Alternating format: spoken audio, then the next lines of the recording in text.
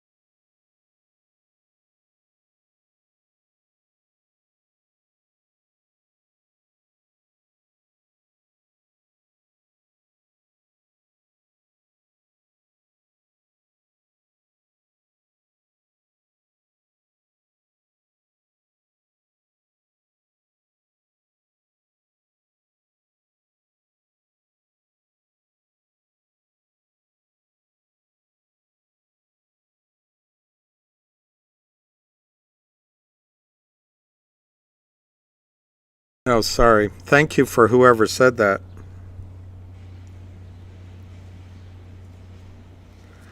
Okay, I'll just start with something else. D. says that we're getting crushed. So I was just explaining to D. that the criminals, Kurt and Seth Kramer, and now Alpine, are selling non-existent shares. So there's supply and demand issues here. There's an imbalance of supply and demand. It is true that in the temporary, false, fake measurement,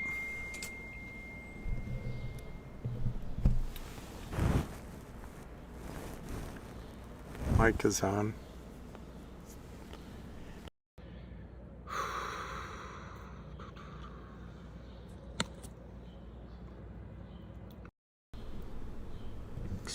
All audio output from media sources can be streamed or recorded via mic only.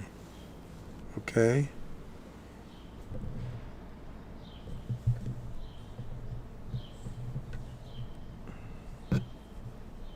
Can you hear me now? Yeah. Okay.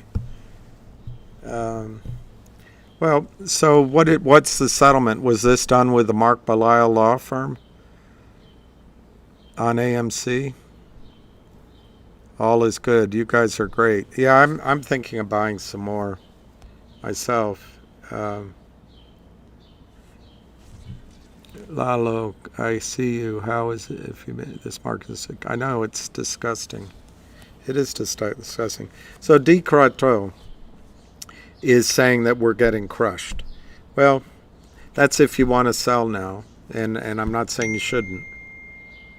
Okay, thank you to whomever this phone number is from. It's very kind of you. But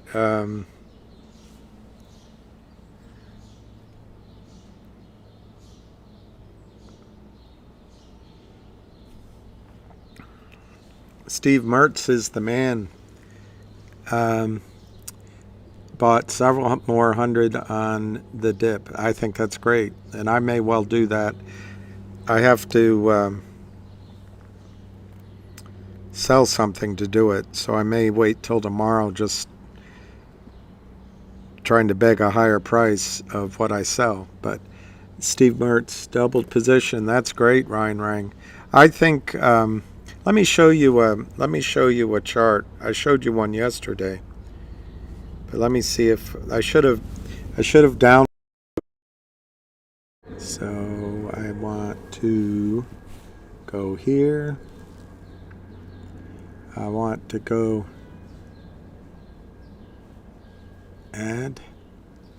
All right, I'm going to show this to D. This is not from me. I didn't do this chart, but you know I did one yesterday that was quite similar. And this is from, if you follow him on Twitter, he is small cap investing. And you can see this chart, which is better than what I did yesterday, but it's basically what I did yesterday. This has pulled back to a trend line. Now, I was always taught that one can have a fat thumb when they're drawing their trend line, so you don't have to get all dramatic if the price comes slightly below it. It doesn't mean it's the end of the world. It's just what the next trade is. So let me look at the stock. Last trade, 147, 148, 754,000 shares, down 0.08, and that's right where it is on this chart. So we'll find out. I know Avid said it could go a lot lower. I know D. is saying we're getting crushed, but I don't think being down 5% in one day is being crushed. I think D. you can look at this chart that's up on the screen from my eyeball overward, and you can see what being crushed was. This is when, up there is when some gentleman suggested that it was much better to go into another stock. And oddly, one of those gentlemen owns a lot of GTII, which I think he earned. But anyway, that's being crushed. That's going from $4.5, $5, $6 down to 40 cents, just nonstop, except for one panicked short covered, and then they just continued to go down, down, down. That's being crushed, DeQuato. Up where we've just been through, it's 5 days. Let me see, 1, 2, 3, 4, 5 days. This is the 5th day of downward motion. DeQuato, if you look in above February, end of February, those red bars, 1, 2, 3, 4, 5 days of red before a rally, stumbling rally, and then boom, up, and then a nice move up. So DeQuato, I don't think we're being crushed. Having said that, there is no question that the criminal element, Kurt and Seth Kramer, Alpine, and all of the people that work with them, come in and sell shares of GTII which do not exist. So the supply of shares, if you include the counterfeit shares, is massive. Massive. And that's not going to change DeQuato. So if you don't enjoy it, one time to get out is right now, before this breaks this support, which I don't think it's going to, but that's certainly a potential that it could. So DeQuato, I encourage you to get out now. I can't give you specific advice because I don't know your personal situation, but if you're so inclined, get out now, and you can go into finger motion, a tremendous story. You can, but also under short attack. You can go into, in my judgment, logic at 35, 36 cents. Tremendous story. You can make 4 or 5 times your money there, in my judgment. Not under this kind of attack. You could go in almost share for Go Logic, and I think that'll go up 10 times over the next 10 months, 12 months. Obviously, I don't have a crystal ball, but that's how I feel about it. So DeQuato, take the opportunity to lighten your load and get out of this stock. My own opinion of what's going to happen to GTII is it's going to bounce off of this, and if you take this line, I don't know how to draw this. I can't show you this line. This line here, and it goes up to here. If you just move it up parallel to the top of those four, it'll bring you up to $5.56, and that's where DeQuato, I think the stock is going, and that's when we crush the shorts. We start crushing the shorts, but the story hasn't changed, DeQuato. Every single day, 50, 60, 70% of the volume, if you can believe the volume in the stock, is counterfeit shorts. So, yeah, I guess it depends on what you mean by being crushed. If the Kramers could sell real shares, they'd already be done. And the whole point, DeQuato, is this investment is one of initially recognizing the fake supply. Oh my gosh, I can't believe it. I cannot believe it. How can he do that? He's so clearly guilty. Donald Trump has pled not guilty to 34 felony accounts of falsifying business records. Man, I think the Democrats have him now.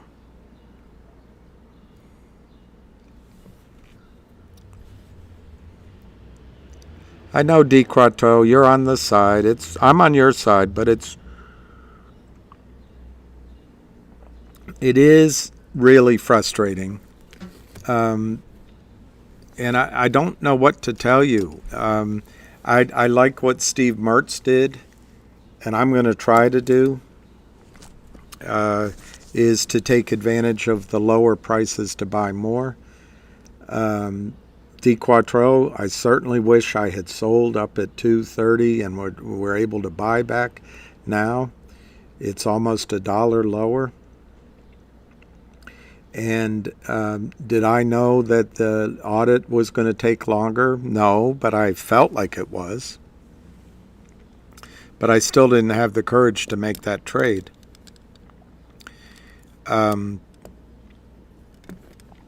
Does the audit taking longer mean that the company is no longer going to merge with 1-800 Law Firm? I don't think so. But I guess one way to look at it is that means it's not going to happen. Therefore, the stock isn't worth as much as it was Friday today because there's a delay by the auditors. We've been through that before. The auditors don't care about the value of the stock. They just care about dotting their I's and going along with their life in a very particular way. Does it mean that the let me show you another D. Quattro. This will maybe help you a little bit. I want to show you that. Yeah, add. Okay. I think I can show you. Oh, I didn't do it. Okay, gotta go here. All right, D. Quattro. This is from It's Still Me, Albee. This guy used to come on here a little bit. He's a great guy. I've never spoken to him, but I admire him. His name is Albert, and he's been a strong supporter of this situation. And so here's what he put out earlier. With the 1-800 Law Firm deal soon to be finalized, and the Trento mining project an unexpected yet welcomed possible surprise, are we being offered a glimpse into the curveball GTII is now looking to throw? The future of the naked shorts war gets brighter with every passing day. This is what It's Still Me, Albee wrote this morning, earlier today anyway. Might have been the afternoon, I can't remember. 12:25 p.m. So D. Quattro, none of those facts. Well, I guess you could argue they're not facts because they haven't happened yet. But all right, so neither of those two deals are off the table. So I think this just provides an opportunity to buy. But when you watch it, not you personally, when one watches it every single day, the criminals want to make you feel sick to your stomach, that you're being crushed, and they want you to get out. And then the other thing they want is when the stock goes back up, they want you just to get out at break even so it doesn't cost the criminals a lot of money when it reverses. And you go and you're just pleased as punch to get out. Now, this Mark R. Belial Esquire, who is now all over the Twitterati pages, I'm sure he's a great lawyer. He had run away from these boards. Now he's back ambulance chasing, which is, hey, it's business. It's like George W. Bush said, our nation's got to eat. But this is preposterous. He doesn't know what he's talking about. He's a lawyer, so I'll just grant that he doesn't know what he's talking about. I was never a big fan of issuing dividends as a way to combat naked shorting or counterfeit shares. Well, thank you, Mark. But it's a good first step. it will at least give the issuer a sense of how many illegal shares are really out there. Thank you, Mark. Why don't you go back to your law books?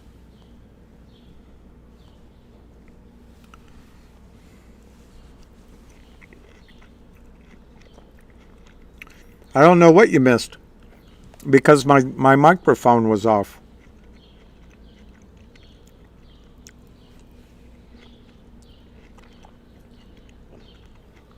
Well, India Viles says, I think with all the manipulation, if GTI runs to 10, I'm cashing out and waiting for it to drop down to $1, then buy back in, rinse and repeat. They can put off a squeeze for a long time. Well, I don't know if they got it down to $1 after. I'm thinking. Maybe they did. Yeah, maybe they did. When it went to $8.97, did they get it down under $1? They might have. So that's a strategy. I didn't sell because at the time, unlike what attorney Mark Belisle is asserting or saying that he didn't believe in special dividends, the special dividend of a warrant in the case of GTII was working. People like others that have these viewpoints that are negative convinced us to move on to a different stock. Well, they did crush it, but for me, I thought the stock was on the verge of the short squeeze. So, it's a market. I think your strategy is as good as any. I have several of my investors have come in. When it runs up, they sell, they buy back, sell, they buy back, sell, they buy back. And at least 3 of them, 4, I guess, are trading with house money now. So, but I didn't do it that way because I believe that this short squeeze, when it comes, is going to change people's lives. And you'll get a chance to buy it back at 1 if I'm right. It doesn't mean I will be right. And there's a short squeeze. But, it goes to $150 and comes back to 1. It's too late.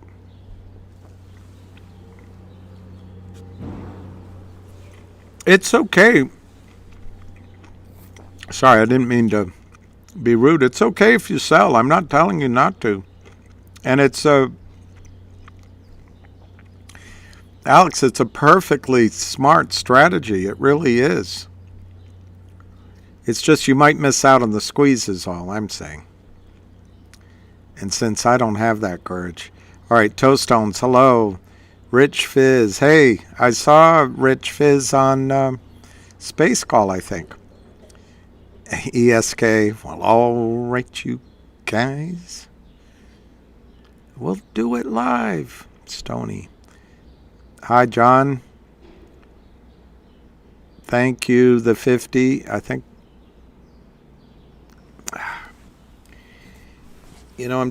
It's just slightly hard to read. I don't think it's a distance thing. I think it's stigmatism.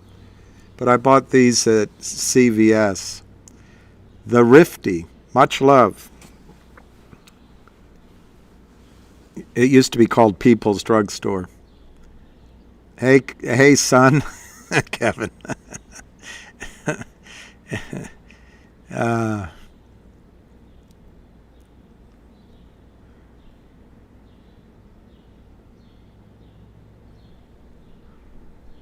Yes, Tony Bones. I wish I had more than look. That's why you guys like Alex and there was another guy too. I'm trying to remember who. It's not a bad strategy.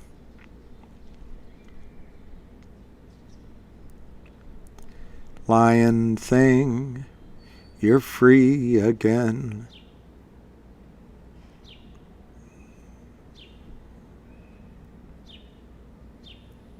Yeah, 50 cents. Unbelievable. Hey, Sway, price is an illusion. There, Zara Israel. That's exactly. See, you guys are so much smarter. I should just turn this on, give you guys the microphone, and shut up.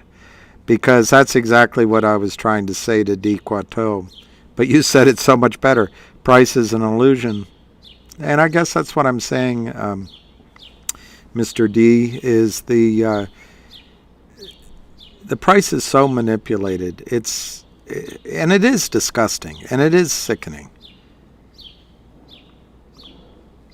Yeah, $8.98 to 43 cents. Lordy, I didn't know it went that low. Got it back to 55. Sam Haynes, companies make benefit from retail that naked short criminals put the price down. Government is on criminal side, and I feel very sorry for us.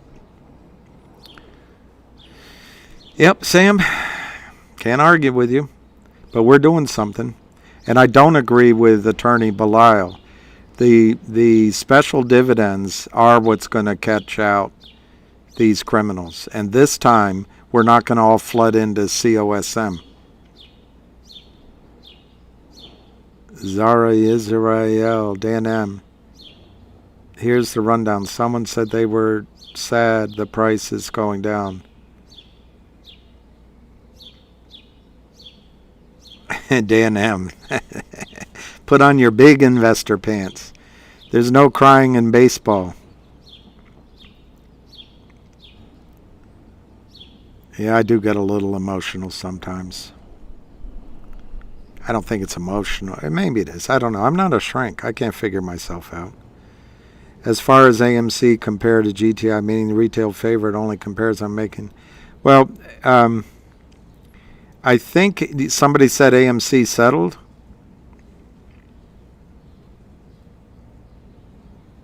We'll look. I'll look.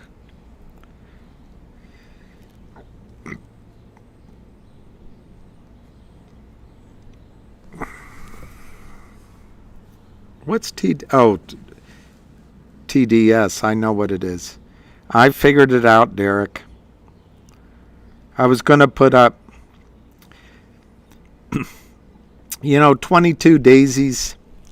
There was a cartoon in the New Yorker of a couple sitting at a table, and the sommelier came up and asked what they would have to drink, and for wine, obviously. And the gentleman said, she likes to say Chardonnay, but she prefers the Beaujolais, or she prefers Cabernet, anyway, one of them. But she likes to say Chardonnay. So I did, maybe I was just saying it anyway. D. Quattro's right, it is frustrating. It's horrible. And it is crushing. I mean, we were at what, 233 on the bid last week, and we're now 147. It is crushing. He's not wrong. Sam O bought more. I think that's right. MMTLP is set. Yeah, I agree, D. Quattro. I know you're on our side. Star SS. Any MMT update? I don't know. I was on a space call till pretty late last night, and then I received a phone call from overseas, and that disconnected me. So I decided to go to bed.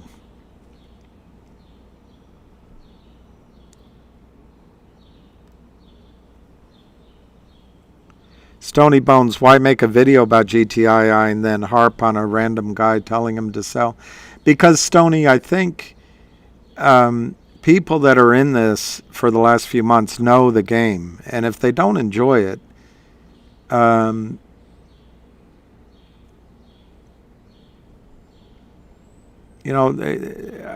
not a diamond hands guy.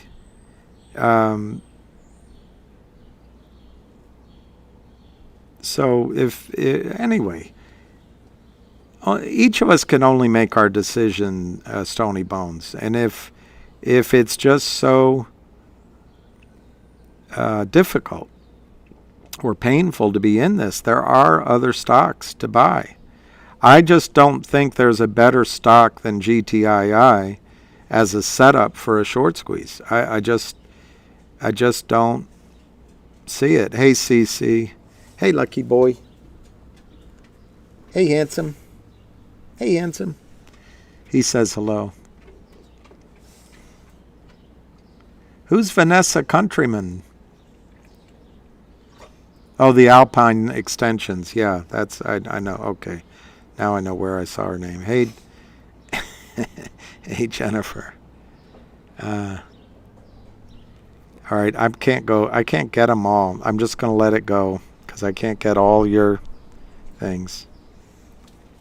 I know I was talking about selling it because I do think if it causes this much angst, that's one thing you can do is just get out. But I don't recommend, I mean, as an intellectual exercise, I do not recommend selling because one day, Stony Bones, you're going to open up your account and the stock opens at 5, 7, 8, 13, 21, and you're going to, what? But until then, the criminals are just going to sell shares that don't exist. Gary Gensler is going to go after Kim Kardashian's tush, and life goes on.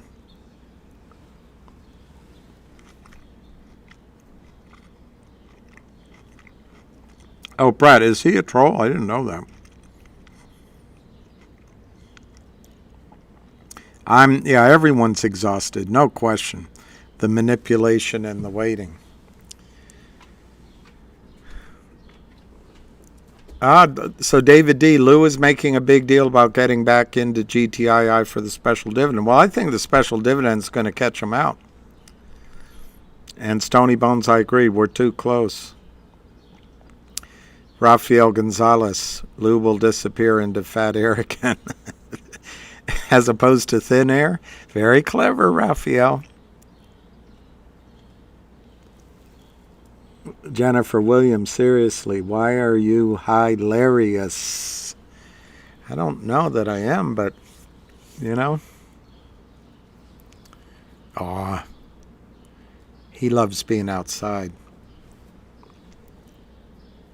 Stony Bones. That was a good space call, and 100 was on it. A guy named Bose from the Trump administration was on it. David Bose, I think. Junk Savvy did her normal dulcet toned moderating, very good. And then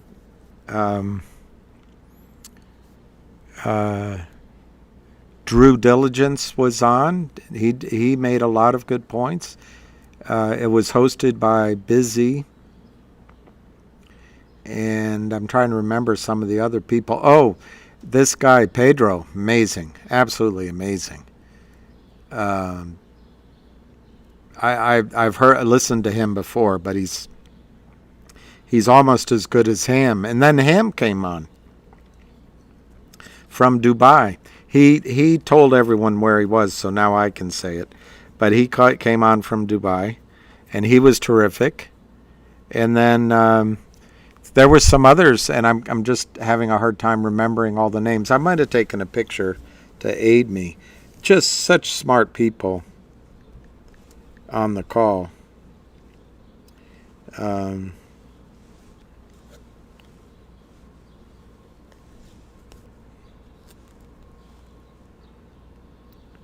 I don't know if I did. Let me see.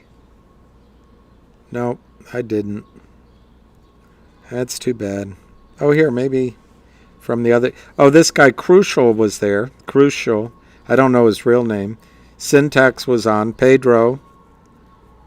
A guy named TAV was good. Huckleberry was on it. Busy Brands. Anyway, there were a bunch of people. It was really good. It was a good call.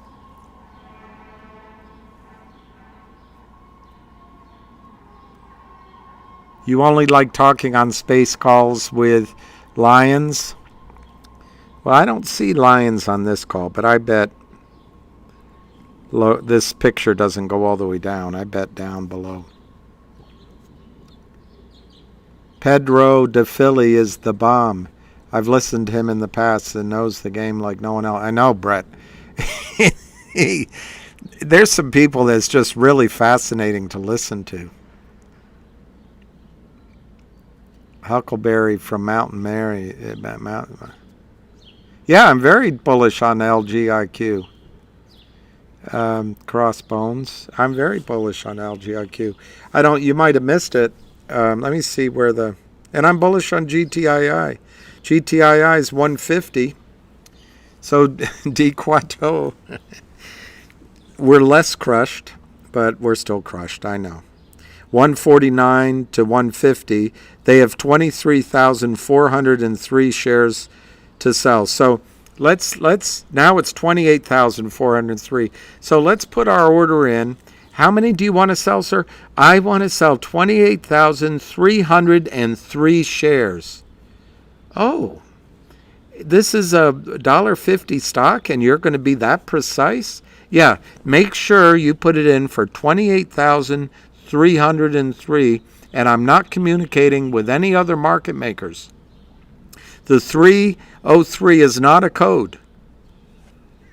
Just write that in your notebook. It's not a code. 149 to 150. Unbelievable. So, yeah, logic, you might have missed, I forgot now, since logic is 33 to 30, basically 38 cents. They're doing the same game there, 16,026 for sale. But there was someone that had 177,000 shares, and they were selling. I don't know if they're done yet, but they will be. But no, I'm very positive on it. Oh, you're making sure I have a date? I'll have an orange.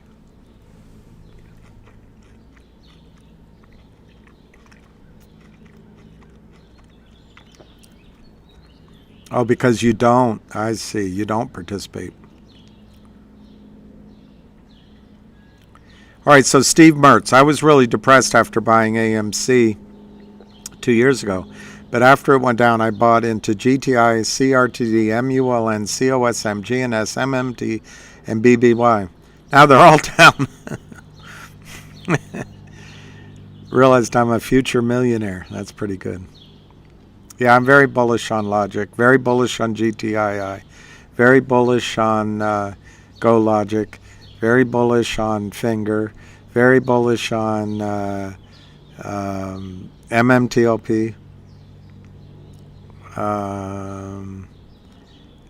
Very bullish on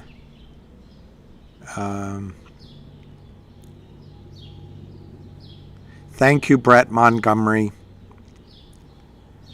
Jenny L.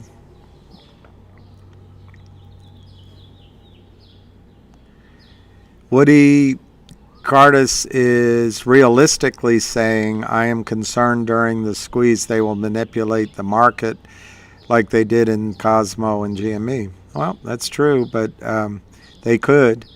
But I'm worried, Chris Daniel, I'm worried FINRA won't orchestrate the dividend per... okay. Yes. Ham is in Singapore not trying to get caned. How does that song go? Just trying to get caned. You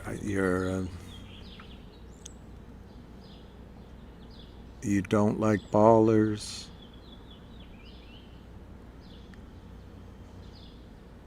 I can't remember it. It's an Amy Winehouse song. She sings about not getting caned. But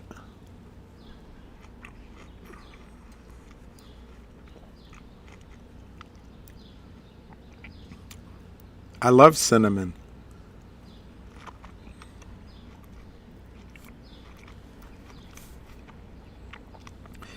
Logic is 34 cents, 24,000 shares.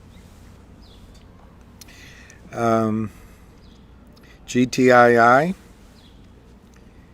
146, 147, 148, 806,000 shares, down 9 cents. And D Quattro, and there was one other person, and Spiny. This is all fake. 800,000 shares. It's all fake. You just go to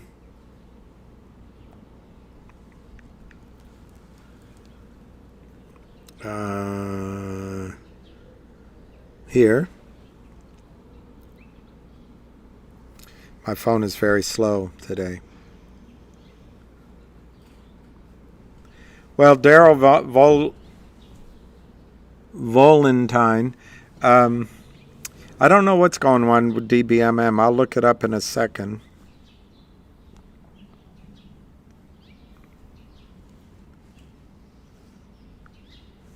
But yeah, the thing with DBMM, they're getting it down. Once it gets down to where it's seller boxed, CELAR, how do you spell basement? You know, the seller box, like a cardboard box, trapped. That's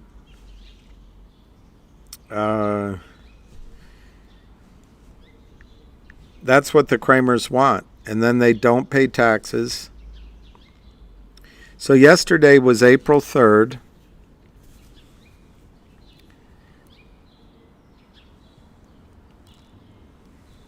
So-called volume of 1.14 million shares. The short volume was 492,000, 43%. 43%. The day before, 62%. The day before that, 44%. Day before that, 55%. Day before that, 57% of the reported volume was all naked shorts. But a lot of that volume is just them market maker masturbation. They're just circle jerking. They're just playing with each other. It's illegal, but they're doing it.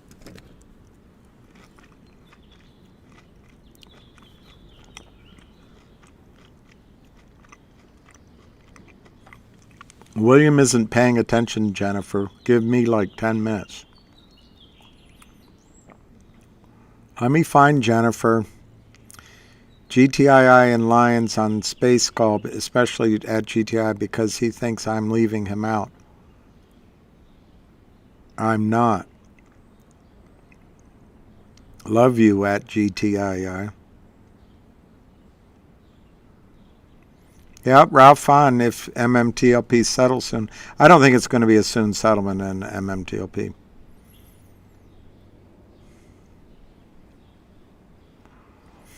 Well, Mike M., how does the GTII dividend differ from the recent CLNV dividend? Or are they keeping the details under wraps for... William won't even want to come on to our space, even if Dirty Mail was there. I'm sad. That's not true. I've never intentionally avoided your space call. I can't think of one I missed, but I'll come on. I will be glad. I'd be honored to come on. I like that, Lou. I'm buying 500 more shares is perfect. Yeah,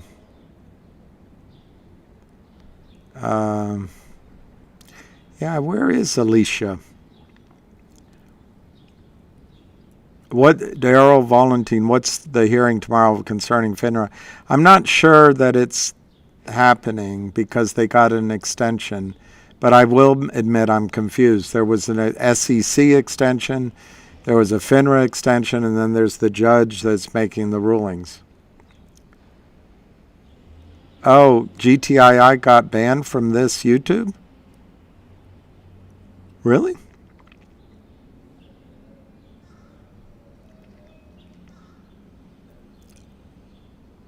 This is the end.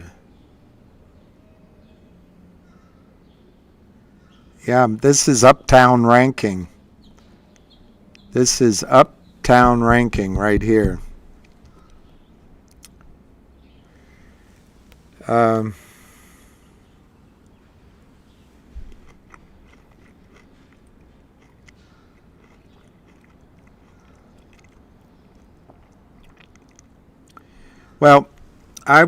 before I answer MMT, hey Chili, hey Kamal, before I answer that MMTLP, let me just go.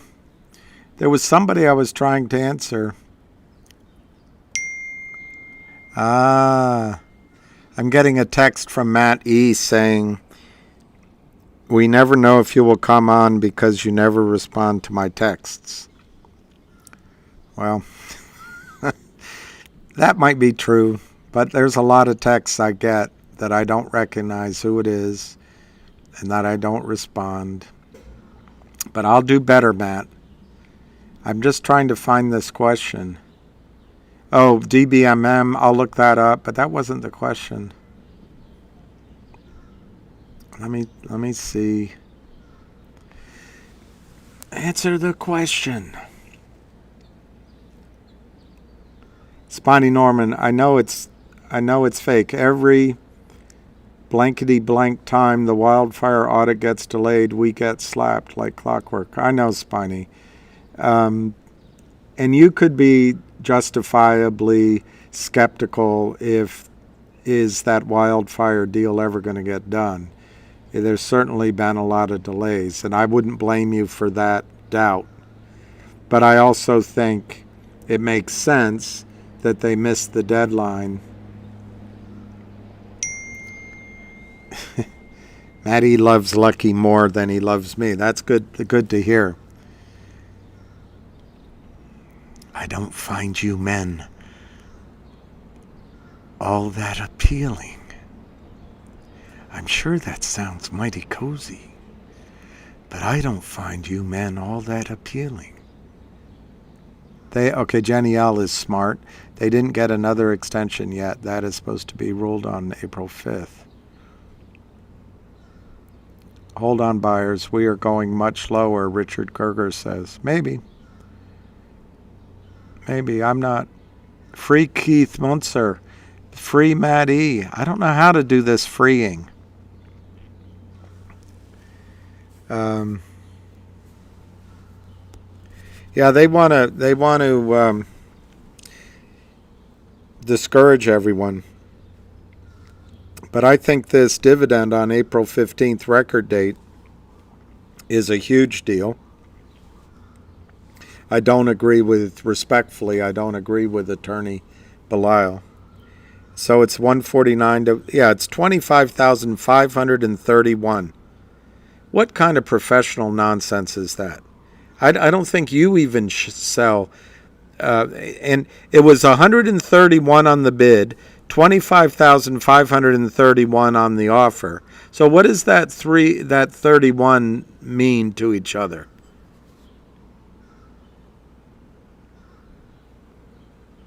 Guys, it's frustrating. And I show my frustration in bad ways sometimes.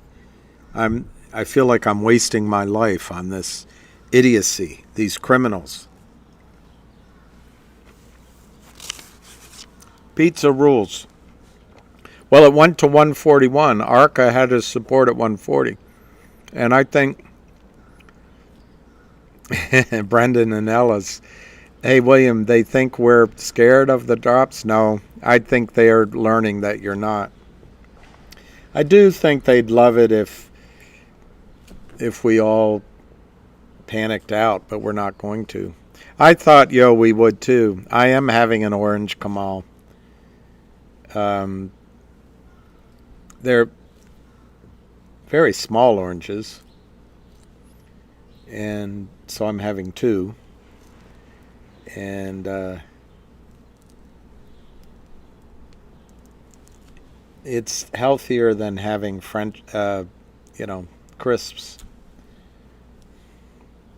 Hey, Wizard Gray Balls. We are going nowhere, Lou M, in the stock. That's absolutely right. I feel like I'm going nowhere. And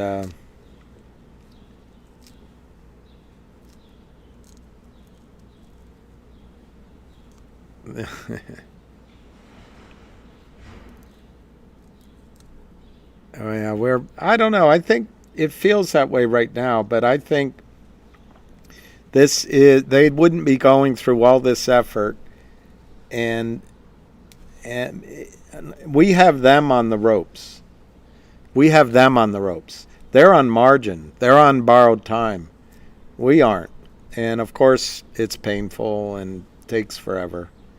I agree with all that. And I certainly wish I had traded stock when it was up, bought it back when it's down over and over and over and over again.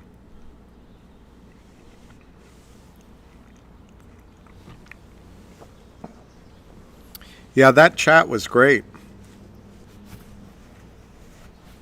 So what do I do, Jennifer? I go to settings, blocked channels. All right, is this settings up here?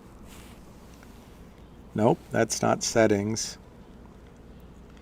Let me see what this does. Nope. Let me see what that does. Nope. Well, maybe, hang on. Nope, that's not it. What's this do? Nope.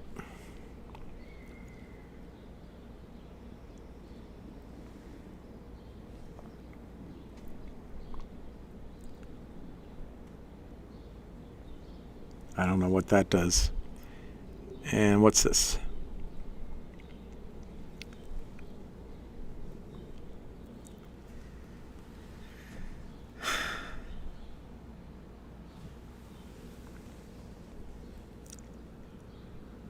Nightmare. What are all these things? I have to get out of here.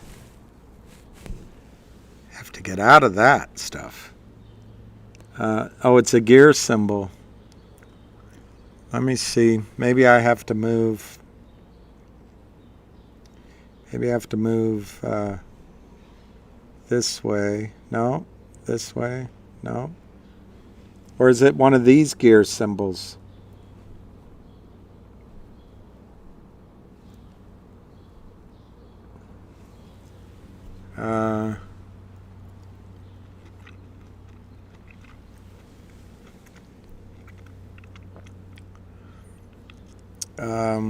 I don't know what else to touch on, Jennifer.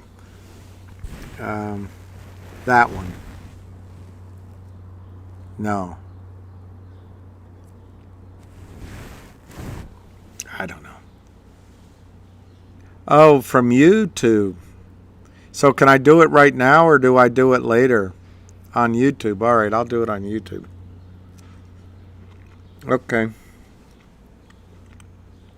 But they blocked him on Prism, not on YouTube. In my settings. All right, I'll try later. Hey, Woody.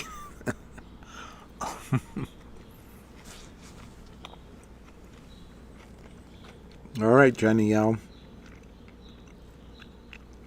I can do it live. We'll do it live on my YouTube.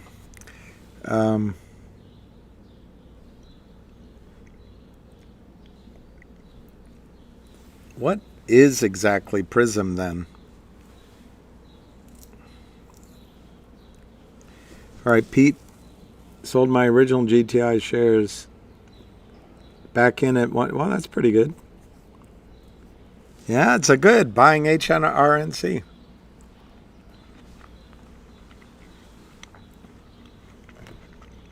That's a good strategy.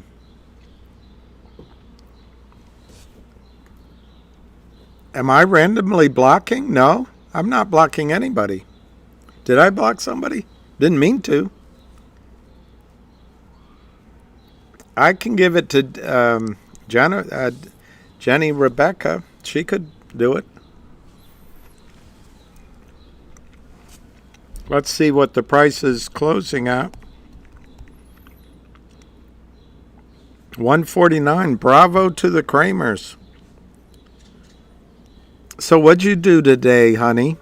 Well, I sold 300,000 shares that were, or 450,000 shares counterfeit today.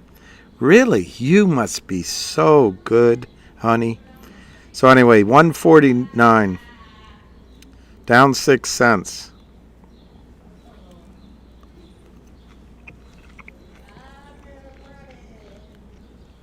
I didn't block anyone.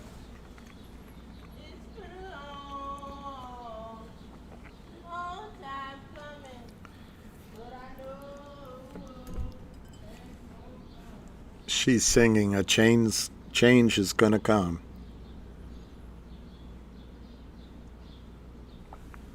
Change is gonna come. That prompted Bob Dylan to write, I think, Blowing in the Wind, because he thought that song was so powerful. So he got competitive. Is that my date? No.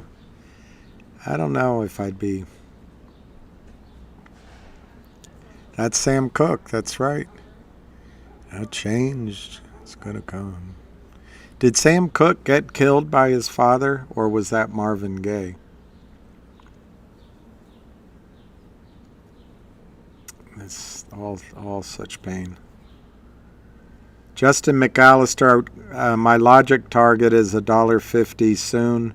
My Go Logic target is $20 by the end of the year. And my logic target by the end of the year would be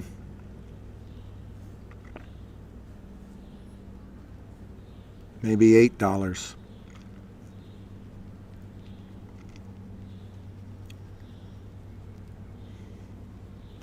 There. Okay, Brett Montgomery. What's my opinion about MMTLP and settlement options?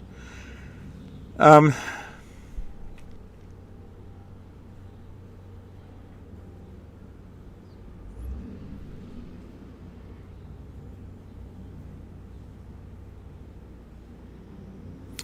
not an attorney, so I don't need to have the entered into evidence proof to know what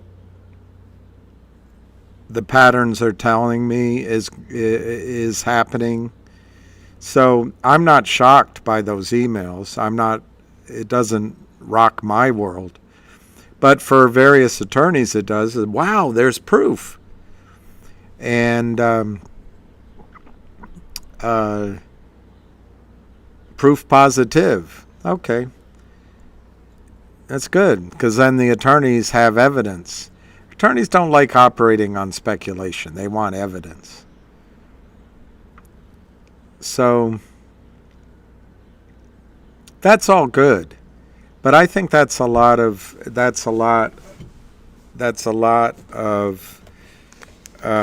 confidence building for attorneys and for others. I don't think it really changes anything about the facts on the ground. I think Torchlight was abused by criminals like Kurt Kramer. I'm not saying Kurt Kramer was in it. Be the only thing he hasn't touched over the years, but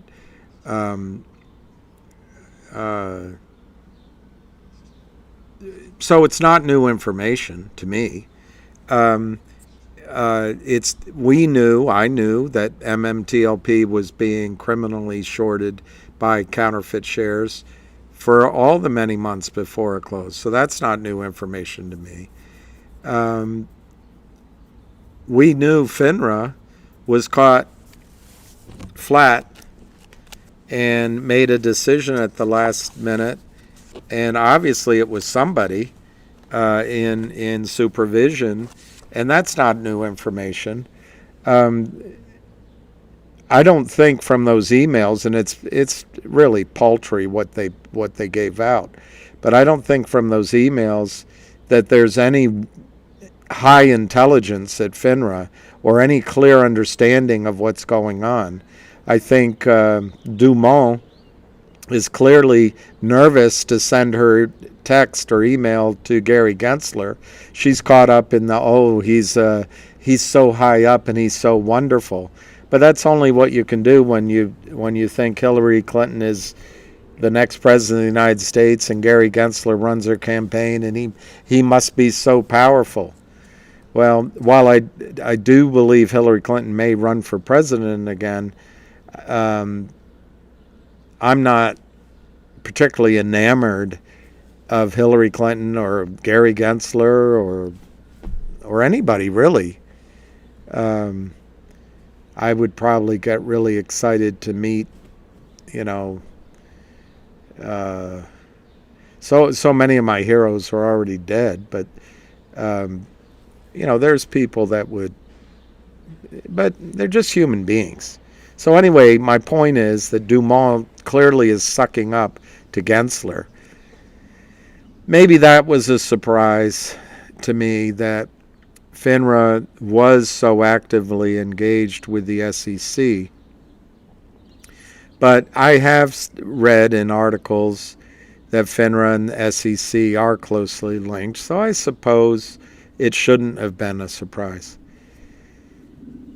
So the question is, what do I think it does?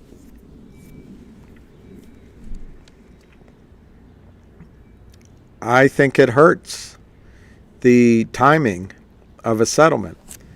I think it makes the case, it's like red-handed. They got caught red-handed.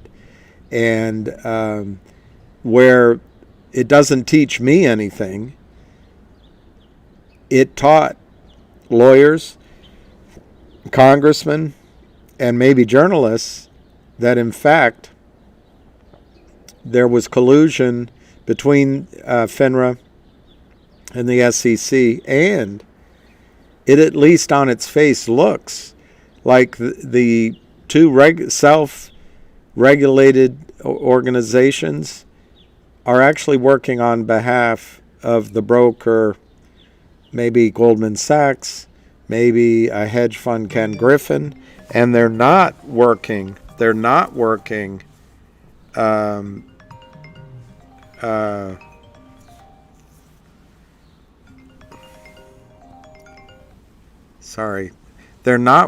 for investors. So, but to me that wasn't new news, but I think that's maybe new news to everyone else, and people are saying, oh, that lunatic that went out with his camera and started talking, maybe he was right. But so to me, nothing in those emails was particularly earth-shattering. I didn't change my life at all, or my understanding at all. But what I think like I just said, what it does is it gives confidence to attorneys who hate operating in the netherworld of ideas and speculation. They just want facts. So that's good. These attorneys are great. Richard and Rosa, these attorneys, and there's another, I want to say there's another attorney named Richard. Maybe there's two. They're just incredible what they've done. It's just incredible. But getting a FOIA request that's mostly redacted and repetitive and just buys time, I don't think really changed anything that we understand. Okay, what does it change? It changes Congress now is subpoenaing what is called the blue sheets, a blue sheet investigation. What I call time and sales, which is what we used to call it. And maybe they used to take time and it would be printed. Now it's all computerized anyway, so it's just lingo. But it's basically requesting who bought and sold the stock, were there failures to deliver. It's going to get into here's what I see the problem is. We know who the criminals conceptually are. Of course, we don't know exactly who they are. They'll find that out. They'll find out about the market makers. And if there's an intelligent congresswoman or a congressman asking questions, they'll say, well, you're a market maker. Why is it that you only sold stock, you never bought any stock? I thought market making was about maintaining a market, an orderly market, but it seems like all you ever do is sell stock. Are you a bona fide market maker? That'd be one question. Of course, they probably won't ask that. The second question I would ask is, okay, before me sits a panel of broker-dealers. You're saying you didn't know what was going on, that you had someone just out of college handling the back office, and the computers were humming just fine, and you say it was FINRA's fault. But let me ask you something. Each and every one of the broker-dealers we have here before Congress, I'd like to ask you, what did you do? You're saying that when your investors, your clients bought stock in MMTLP, they put up the cash at settlement, but in return you received a failure to deliver, which you're saying was guaranteed by the prime broker. So you accepted the failure to deliver. Well, according to Reg Show, the day after T+3, T+4, you're supposed to go after that failure to deliver. Did you? Did you do it at T+5? No? So what did you do? Oh, you gave an extension to T+35. Okay. What'd you do at 35 days? Nothing? It didn't concern you? What did you do? So you, in effect, that position remained open for a further month? What'd you do then? Nothing? Do you think that your firm was in compliance with Reg Show? Do you think it's normal to allow your clients to have a failure to deliver in your account that lasts for months? Is that standard operating procedure? At which point, Ms. President of whatever firm, does it become the responsibility of the broker-dealer to let the client know that there's nothing in their account other than an IOU? I mean, at some point, if the check keeps bouncing, it's a bad check. I would ask that. I would ask why they continued to take orders and take the promises of the prime broker. Did you just do this for commission?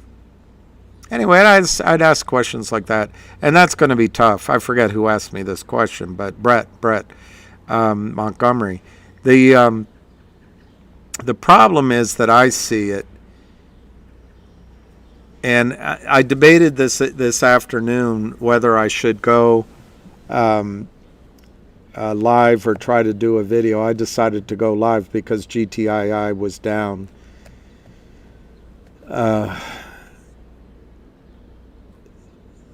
But it's kind of now or never for a settlement, Brett. If the parties don't come together, I think congressional hearings and then TVs and attention, it can snowball. And all of a sudden, this becomes a media circus. But of course, we don't have journalists anymore. But it becomes a media and congressional circus for months. That's what I'd be worried about. The other thing I'm worried about, Brent, and I said it on the call last night, is I think that we as a group need to make sure that we maintain our message. They're going to come hard and try to redefine this situation as a bunch of speculators that didn't know what they were doing, shouldn't be in the over-the-counter markets, just had some extra money from COVID, and the poor, pitiful Wall Street got overwhelmed by the avalanche of buying from these retail stupidos. That's a bad message. But my belief for a settlement is that everybody has to they should go now. Go as hard as you're going now and go after it. And man, the heat is on, as I said on a video. But ultimately, to get to a settlement, everyone has to stand down at least for 48 hours while they negotiate a settlement.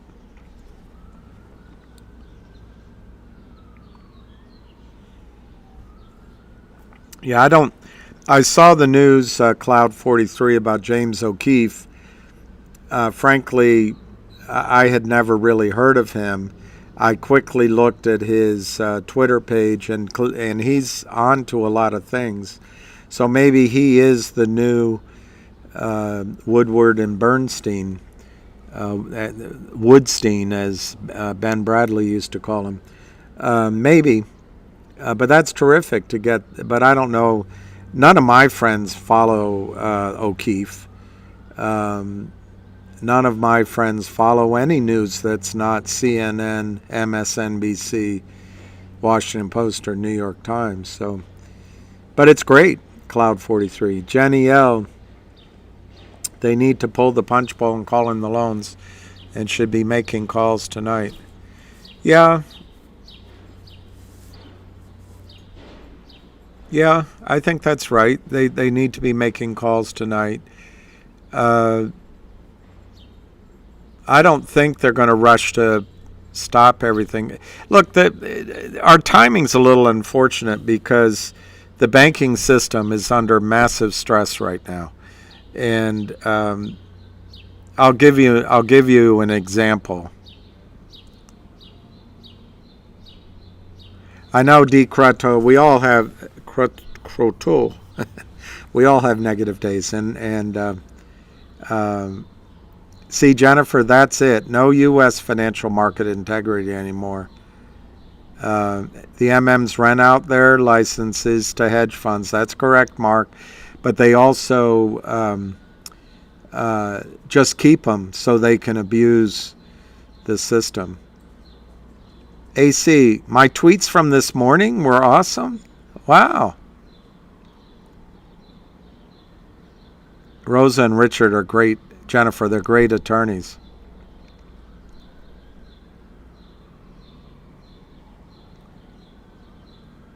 Well, what's funny, Richard Kopecki, why didn't they make public Trump's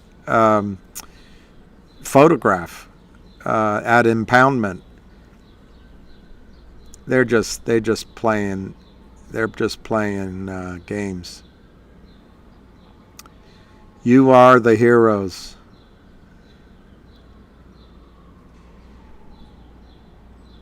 Hey, Robert Kopecki, another smart gentleman.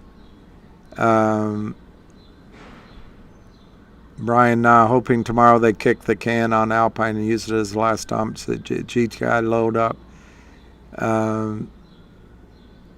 Yeah, the lawsuits. Elliot Spitzer files.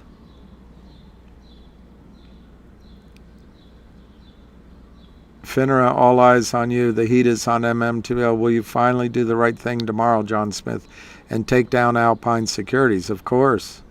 That's what they should do. Yeah, I think it's amazing that they... it's so... Anyway, let's not get into politics because it goes nowhere. But thank you, AC. I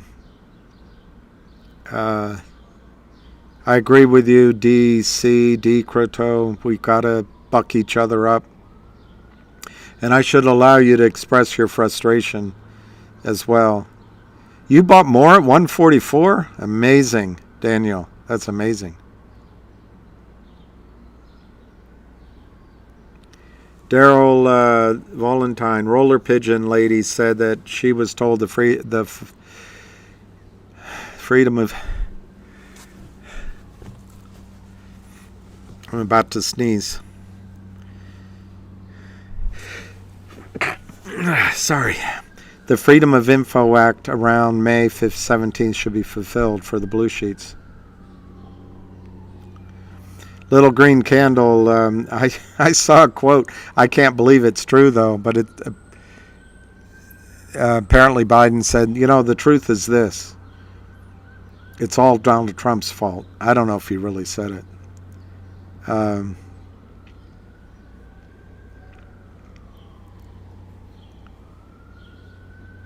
He thought I was having a heart attack. Well, son, it's nice out here. That's my neighbor.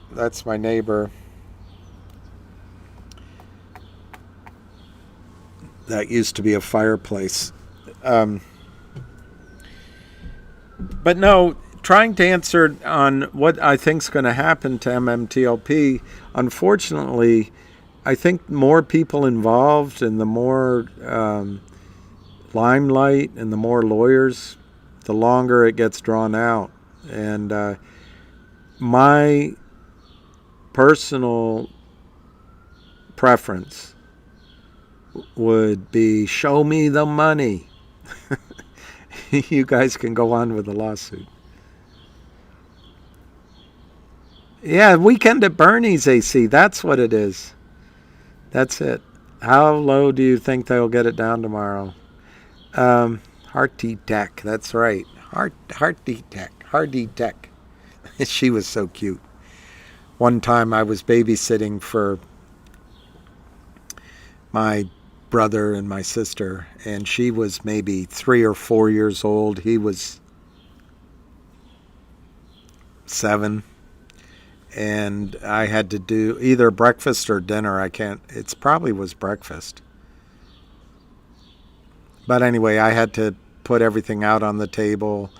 And they got fighting. And of course, I would ignore it. It wasn't really bad fighting. But Peter swung and hit the orange juice or the milk glass, and it fell all over the table and down onto the floor. And I was at the sink washing and dishes, and the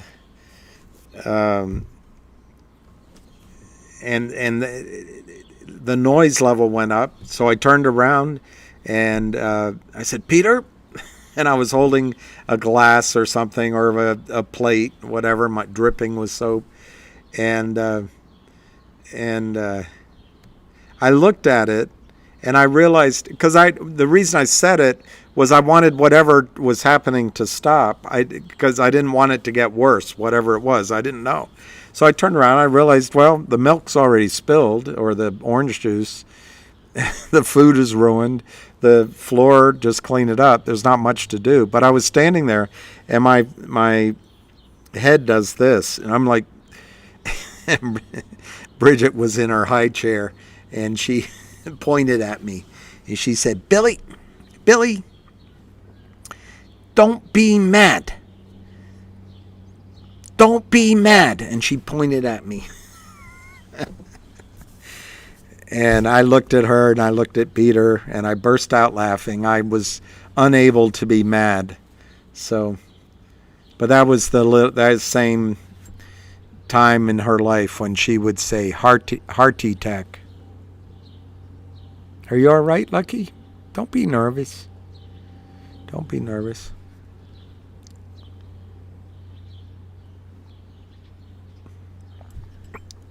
Well, Jack Wolf, let's pick a number how low it'll go. Let's focus on how low it'll go.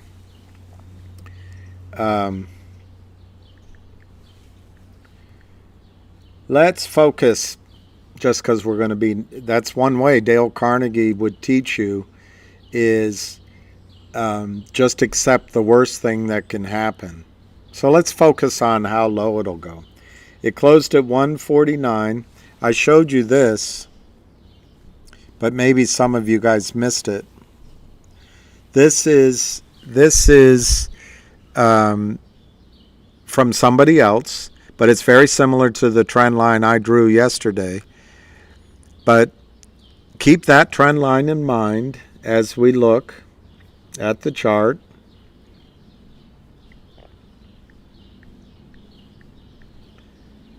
Apparently, Arca said it could go to 140, which it did today. It went down to 141. But let's just focus on how low it can go. Nothing else. We'll just focus on how bad it will be.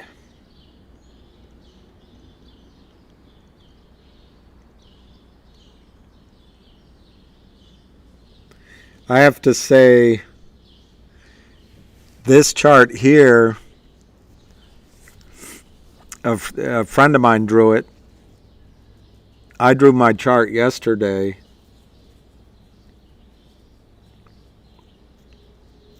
I'd have to say that this action today might have broken down a little bit because of where it closed. Here, I'll show you the chart I drew yesterday.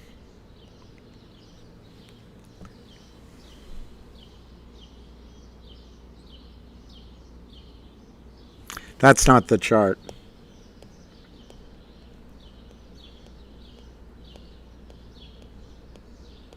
I can't find it. Where did I do? Where's mine? Oh, here it is. This is the one I drew yesterday. So, I actually, I forget who just asked me that. I actually have to say that it could go lower tomorrow. It's a possibility. On the other hand, this might be the trend line that it bounces off of. We've been down 5 days straight. It's got to bounce somewhere. And tomorrow's Wednesday.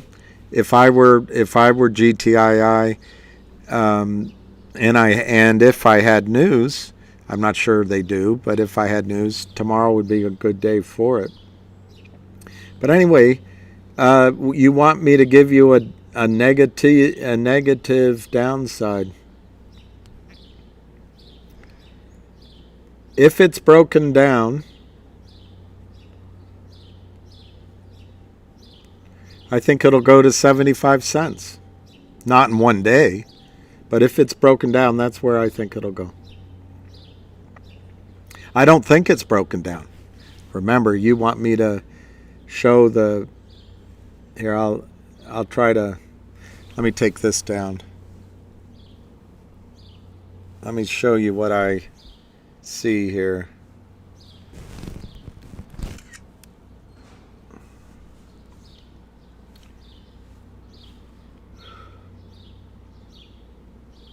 I see that line still, but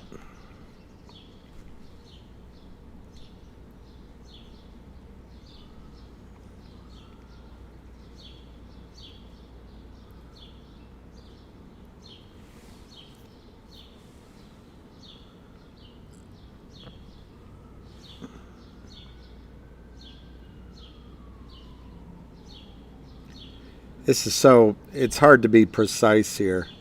Someday I'm going to get a better way of doing this like Avid does.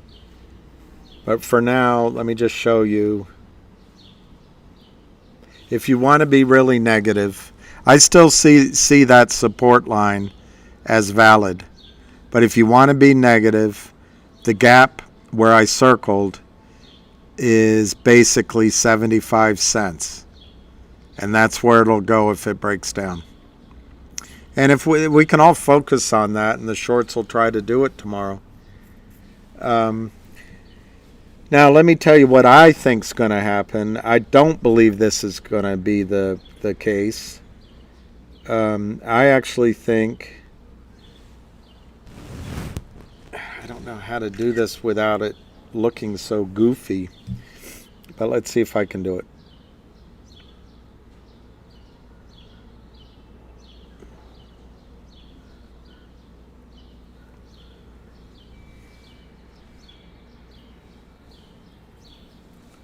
This is what I think's coming. Not being negative, because I don't think it's going down. But you wanted me to give my negative view. Here's a good drawing of what I think's going to happen. Obviously, I didn't get it exactly right. But the lower trend line, if you do a parallel trend, upper trend line, so that becomes a channel, it looks a little wandering. I see that. But in the beginning, it rallied to the top of that channel, pulled back to the bottom, rallied to the top, pulled back to the bottom, and now it's meandering a little bit, but it's pulled back to the bottom, and I expect it to rally to the top of this channel, maybe not without a day or two pause. But the reason I emphasize this to you, the top of that channel now is higher than what I was saying before. It's about $6. It's about $6. That's where I think it's going. I do not believe the stock is going down. I think it's going up. But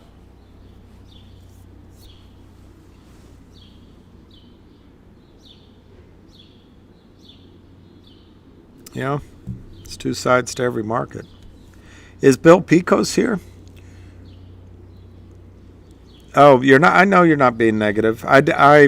You're not, Susan. You're not the only one asking. There were several people asking.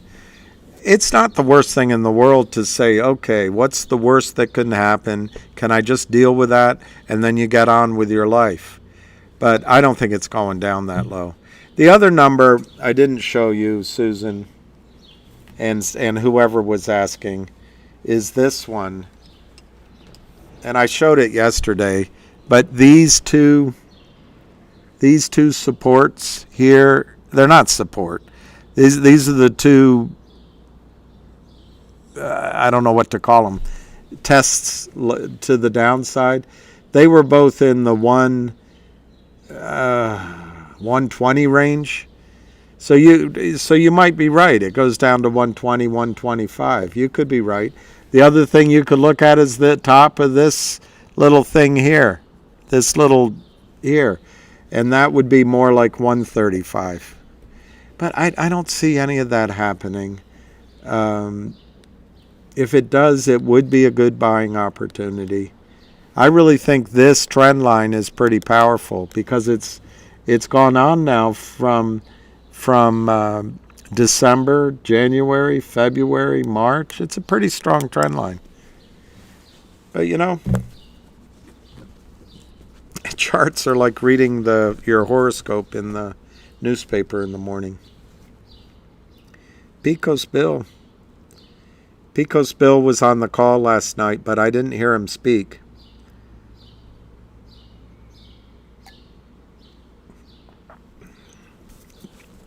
But it was 1,000 people were on that call. 1,000 people.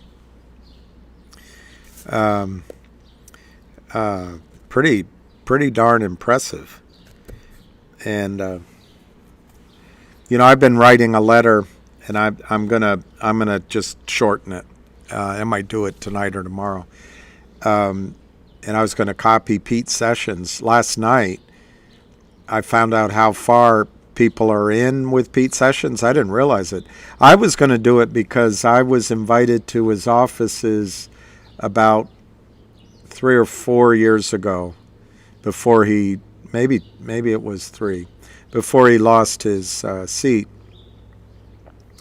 because my neighbor, older gentleman, went to SMU,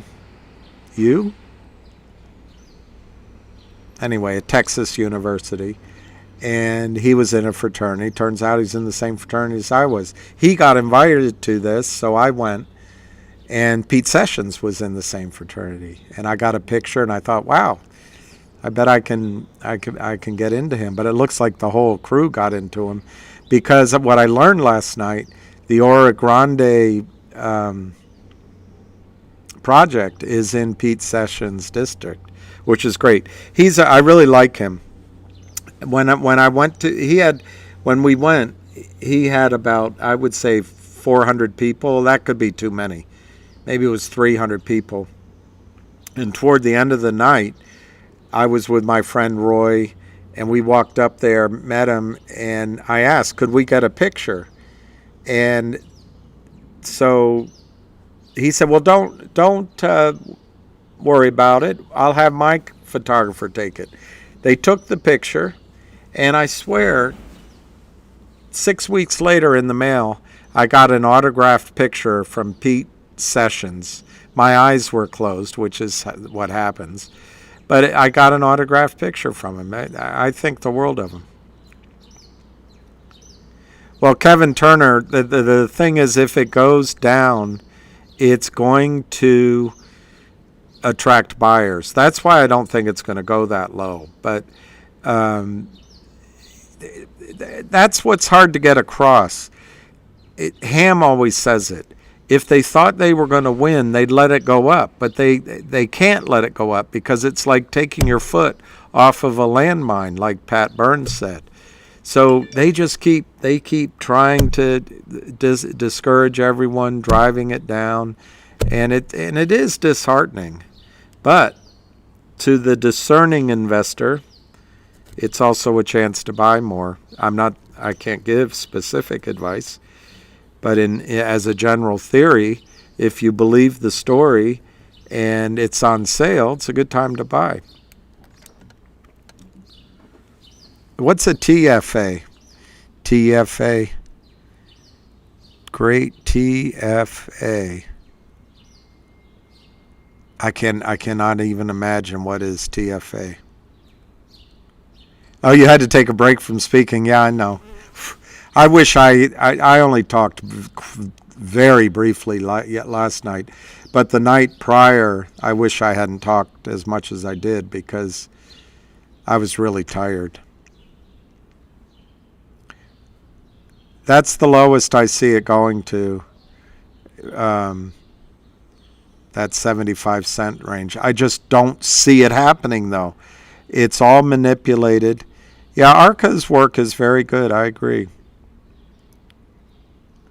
I know Big Orange. It's no disrespect, even though your basketball team lost and San Diego State beat you. I don't know. I don't know who beat who.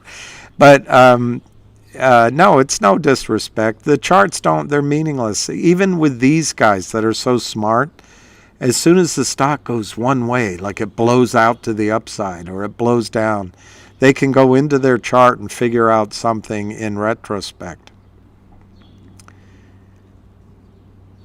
What they meant for evil, God meant for good. I like that. It would be great, Brazil show. Welcome, Brazil show. From what support if it breaks down? From what support if it breaks down? From what? If it break, I think breaking down is the wrong word, Bunny. I think it would be a spike to the downside, which would snap back very, very quickly. That's what I think. It wouldn't really be breaking down. It'd be a test to the downside. They might get away with it for a few hours, and then it'll snap right back up. I don't think it'll be a breakdown. The Brazil show, I don't know. You could be right, Brazil show. GTII messed up pushing the 800 deal down the road. On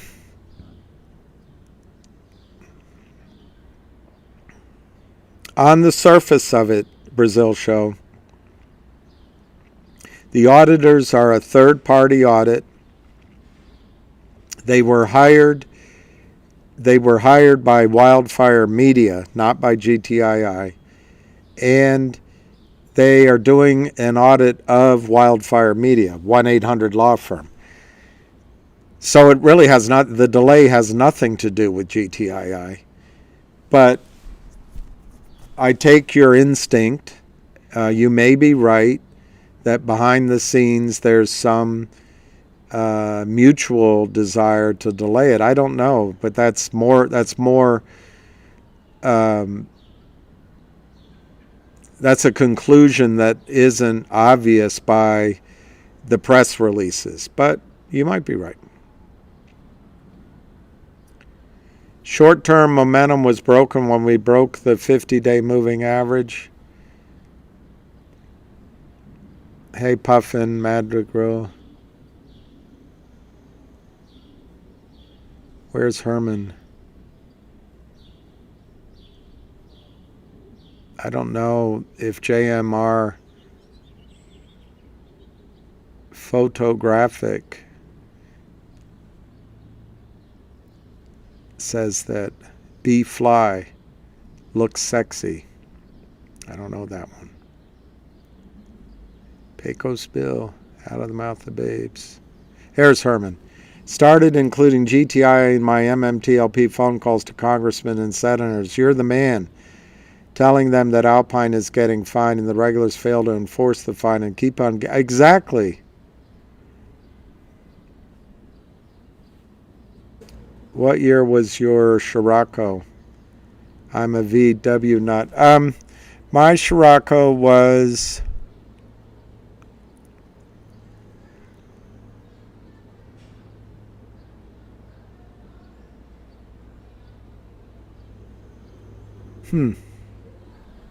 I think it was a 19...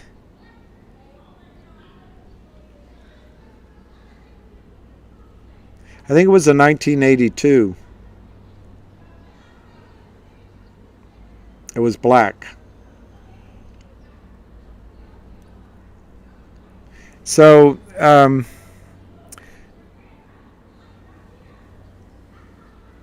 okay, Bunny Chico, I think GTL will start going up from 130, which would be a double bottom.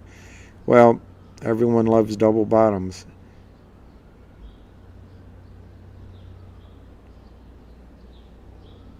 Well, that's true, Joseph Everett, and that's why I know, Picos, that's exactly right. That 2 ears and 1 mouth, that's exactly right.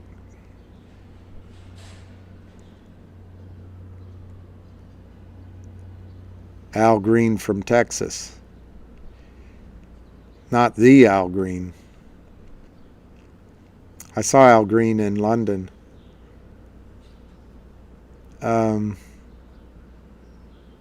Yeah, I'm gonna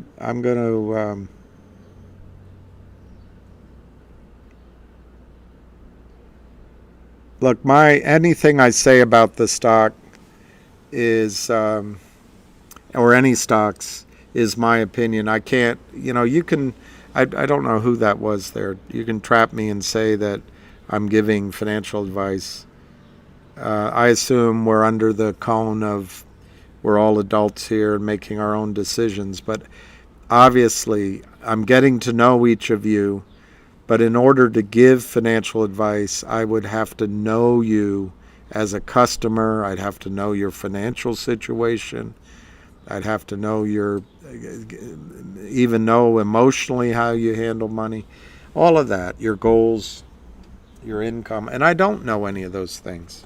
So all I can do is give my sense of what I think the stocks are going to do. And as most of you can point out on GTII,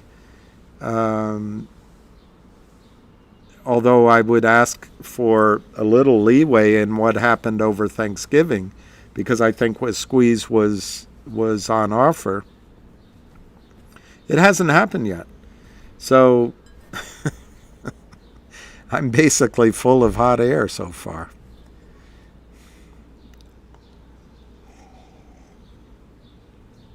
$1990 Colorado. Yeah, that car was, I had a BMW and other little sports cars, and I've driven, I always like to, when I rent a car, I always like to try different models, but nothing was like my Scirocco.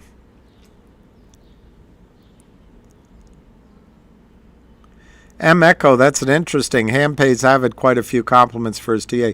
What Ham really liked was one video where Avid put out a lot of the things that the Kramers had done.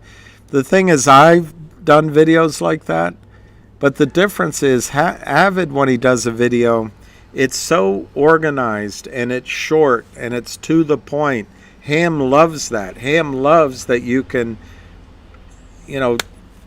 turn it on and it's over in 3 minutes. That's how Ham's like, get to the point, get to the point. My videos are much more rambling, I guess. But also, I have no technical skills the way Avid does. I'll get better. Well, I don't know. I don't really know Avid, but I personally think that he keeps his integrity. And I don't know if he's paid or not, but I think he keeps his integrity when he makes his recommendations. He certainly doesn't have any of the high numbers that I put out. But he's looking at charts. I'm not doing that. I'm not doing it as the reason to be in an investment. There's when you invest, there's fundamentals or technicals. That's what they call it, and then of course there's macro reasons and micro. There's the overall reason to invest in an industry or in an area, maybe short squeezes, and then there's the specific stock. There's different ways you narrow down your thought process. But I'm much more of a fundamental investor, although that might seem preposterous when describing GTII. When GTII first came to me, well over 2 years ago, I said to myself, this is crazy. I said, no, why would I do that? They didn't have anything. They had nothing. And their asset was a large short position, and Kurt Kramer should have covered it then. To my memory, it was rumored to be 40 to 60 million shares, counterfeit,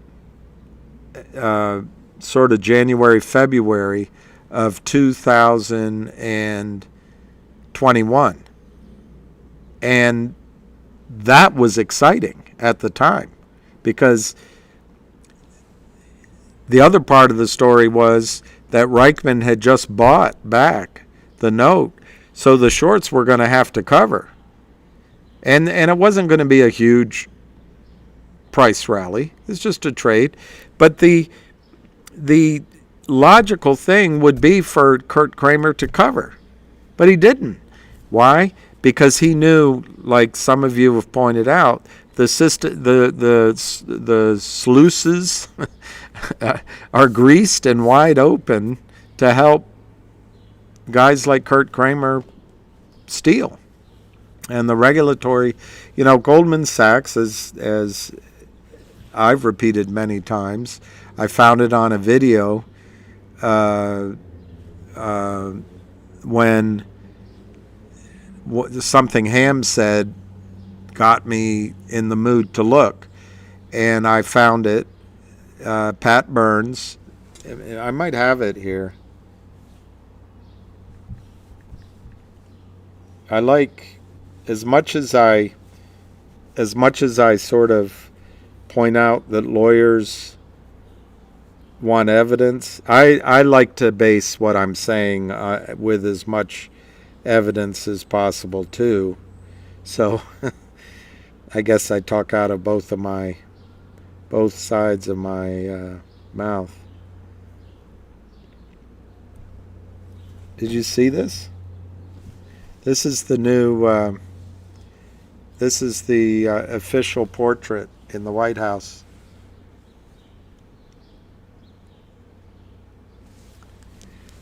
I thought it was an excellent. Captured him perfectly. Here it is. All right. So how can I do this? I have to send it to that. Oh, it's got a download? Okay. So I send it.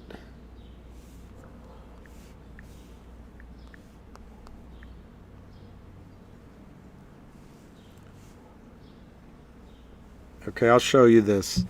But anyway, when GTII first came, the logical short would buy it back. But that's not Kurt Kramer. He just continued to Kramer. All right, so let me see how I've got to come here. I've got to come. Oh, it didn't work. Didn't work. Oh no, I know what I got to do. I got to go cancel. I got to go media. I go there. Huh. It's not happening. It's not happening. Well, maybe I can't show it to you. Let me just try one more time. Show it to you here.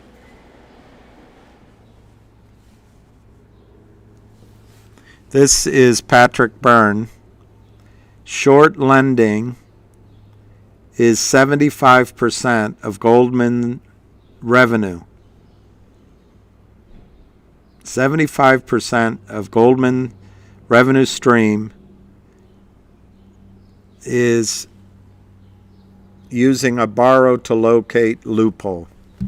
Patrick Byrne.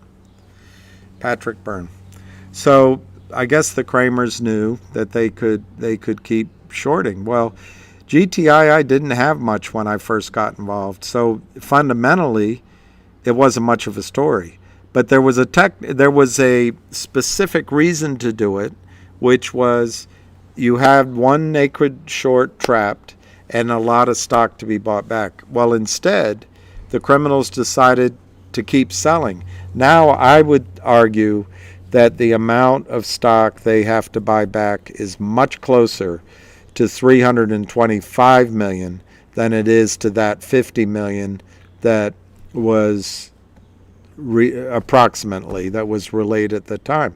But it doesn't have to be 325. It could be 100 million. It's going to be enough when it's all bought back. It could be 50 million still that the stock is going to soar. So fundamental analysis is that you study the reasons why you like a stock or a company. You get to know the metrics, the people, you understand the story. That's fundamentals. Now, you might fit that into the macro view of an industry, but that's all fundamental. Technical investing, you just look at the charts and you say, oh, that looks great. The boom, boom, boom, I'm buying. And you don't care about that fundamental story. That's not me. That's probably more Avid. I think Avid comes from the standpoint where he looks at the charts, then he listens to the fundamental. So he kind of mixes it that way. I hear the story, make my decision, then I look at the chart. So I mix it in that direction. But a true technical investor would never want to even know the story. And a true fundamental investor doesn't want to look at the charts. So I kind of mix it up.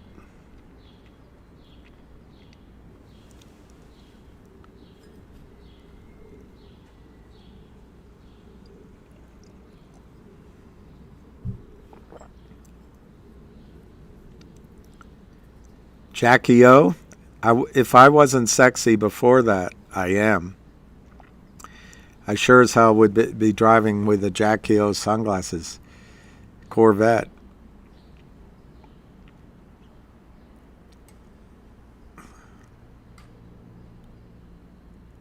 Well, Andy Aviles, that's a good point. Should your exit price be based on 300 million counterfeit shares? That's a really, Andy, that's a really good question. I used to think that when it goes up, you're going to see a lot of increased volume because there will be other shorts joining in. But I'm not sure anymore. after talking with Ham, because the likelihood is Alpine will have disappeared. Therefore, new shorts may or may not come in. But yes, I think 300 million. Andy, I think I would look at I think the first day when it breaks out, I think it's going to be 10, 15, or 20 million shares in the first day. And then the next day, you could see 40, 50, 60 million shares. And that's what my alert would be on, to say, well, is it over? I don't think it will be. Like I say, I think it's going to be 300, 400 million shares. But I'd get your alert, your eyes on it early, because nobody really knows how many shares are there. And once they're done buying, the stock will drop like a stone. So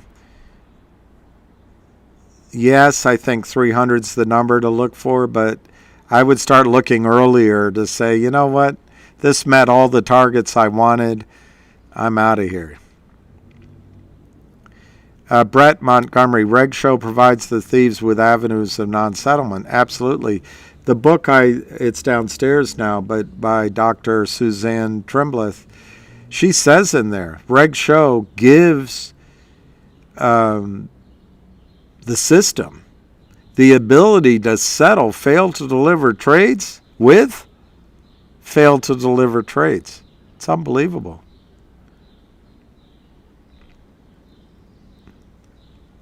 Thank you, Brett Montgomery. I have to admit, particularly the space call the other night, and every now and then I get off of these calls and I'm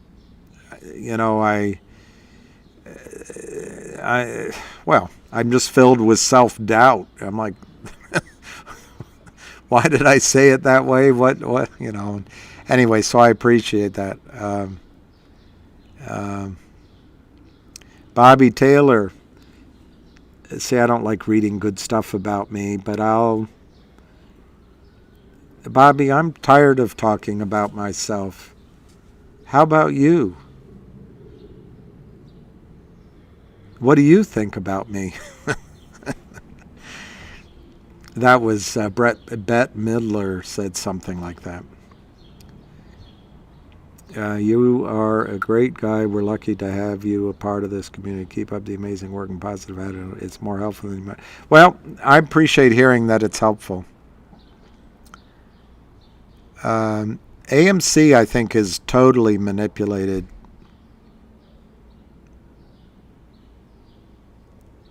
That's true. There's no crying in baseball, and there's no blaming other people for your own decision to buy and sell. Okay, I got through all that. Zach 14, do we get our dividend? Oh, that's the question I was trying to answer. Thank you, Zach. Somebody earlier, maybe 45 minutes ago, asked why is GTII's dividend different than CLNV? That's what I was forgetting to answer. The big difference is CLNV's dividend was put out as a regular dividend, and the stock was put out as common stock. It was essentially pointless. GTII is going to put out restricted shares, and probably, they haven't made the announcement, but my assumption would be they'll do it the same way they did the warrant as a special dividend distribution almost 2 years ago, almost exactly 2 years ago. That each of us received the warrant in our account, in my case at E-Trade, and then E-Trade just stuffed the account with a facsimile of that warrant over and over and over again. But E-Trade was very good when I called them, And I said, I'd like you to move that warrant to Liberty stock transfer. And I think it took me 3 phone calls. And I only had to say, do you realize who you're talking to once? No, I never said that. I think it took twice for sure. It might have taken 3 times. It was confusing what I was asking for. But they did it. And sure enough, in about a week, my warrant as a dividend was delivered to the stock transfer. That's what I think they're going to ask you to do here. I don't think CLNV did do that. So I think that the special dividend does have a chance to catch out the shorts, as opposed to what attorney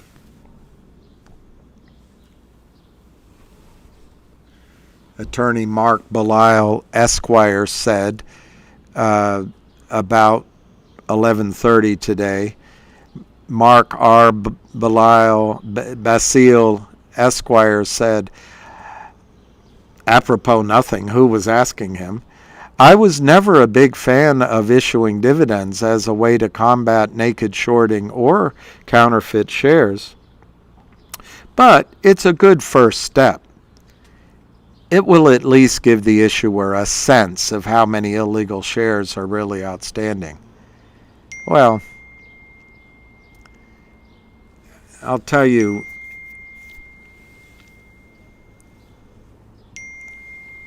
I'm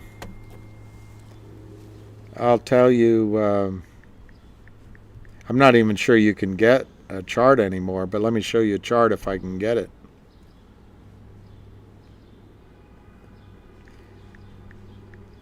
And no, I guess you can't.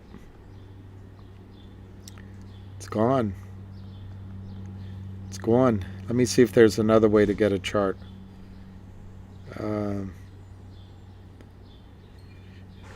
Let's just see. I may not be able to get a chart, but I can show you the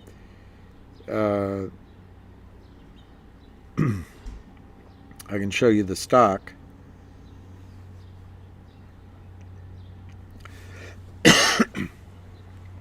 Oh, there's the chart. Good. I can show you the chart.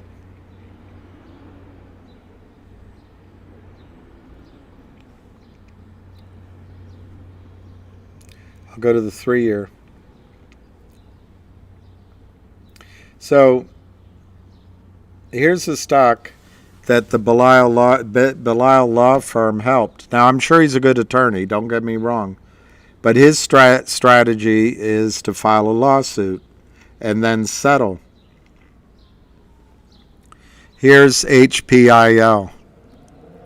So HPIL Holding, they hired the law firm. They filed a lawsuit against who? The Kramers. And then they announced an amicable settlement with the Kramers. Everyone agreed to settle. It was all great. The Kramers gave back their warrants. They didn't have to unwind their short position. And look what happened to the stock. Just so you know what these numbers are, let me show you what the numbers are. 0.000. So I'm sure from a legal standpoint, that's where HPIL is trading now. I'm sure from a legal standpoint, winning a lawsuit and going to settlement makes a lot of sense. But from money in your pocket, trying to get the shorts to pay for out of their pocket, which is the only thing that matters to them, it's not the way to go. I would even argue that whether knowingly or not, that the lawyers that file these cases and then settle are the best thing that ever happened to the short sellers. They're like, throw me in the briar patch. Don't throw me in the briar patch, they're saying. Because the shorts just love it. They settle, they give the warrants back, they don't close the transactions, they don't pay their taxes, and the billions of shares they sold remain out there, and the company remains seller boxed. Cellar. Basement trapped. Yeah, chicks dig it. My microphone. It's Uptown Ranking. Hey, Barbara L. I don't know when we're going to get the dividend, but the approved, we're talking about GTII, the approved record date by the board is April 15th.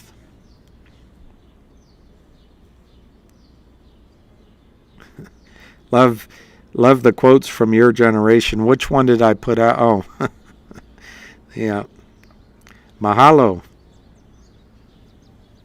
I can't wait for the rip. We don't get the, Zach, assuming it's approved, we earn our dividend on the 15th. So you're right, we get it on the 15th. Doesn't mean, though, I don't know what the distribution date is. It hasn't been announced. I think, and someone smarter than I can answer it, but I think it has to be 10 days after that. But I might be confusing one requirement with another one. What was Tom M's question? Who decides the settlement? Well, there you go. Oh, M Echo, short to join in during the squeeze. It is counterintuitive. But what normally would happen, these are cocky mofos sitting around their desk. You know, they just been out with some chick the last night. They got drunk. They're back in, grabbing a cup of coffee, phone ringing. They got to go down to the gym to get a quick rep in. Flying to Acapulco with their girlfriend. They got to pick up their car. Things are happening. Got to go. They walk in. Hey, what's that stock? That's up.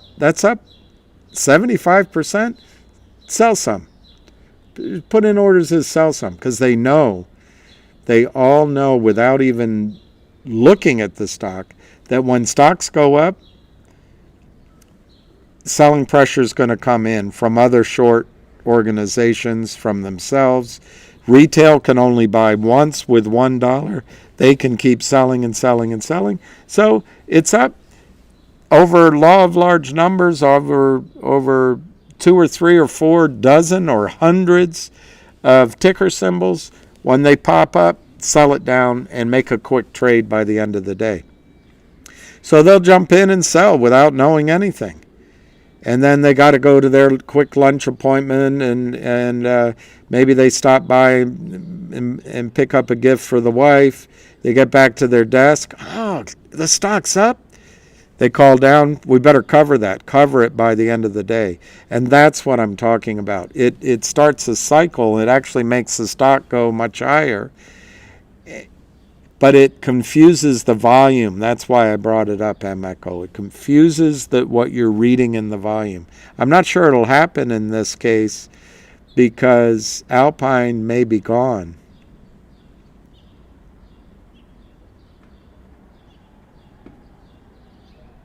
Yeah, true blue. I like that. We're all going to be wealthy. I agree with you, Jack. I think you're going to look like Cruella de Vil in that car. You should bring your cigarette out, get some Dalmatians in the back, and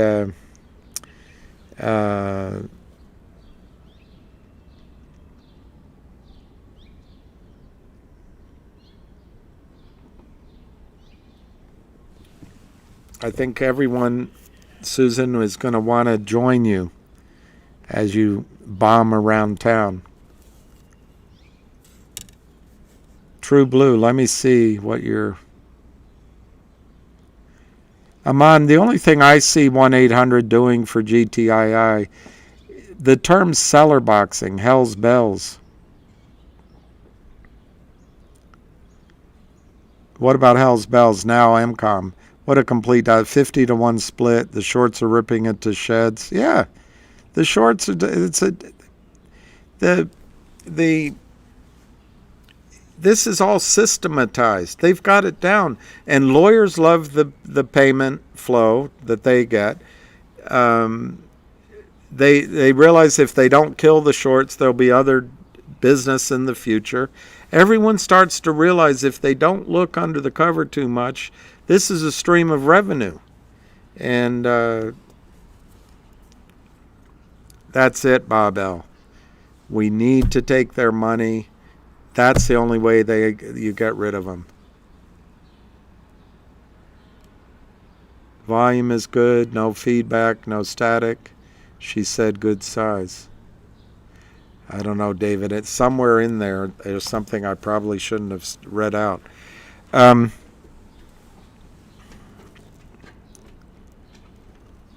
1-800 is, let me just show you.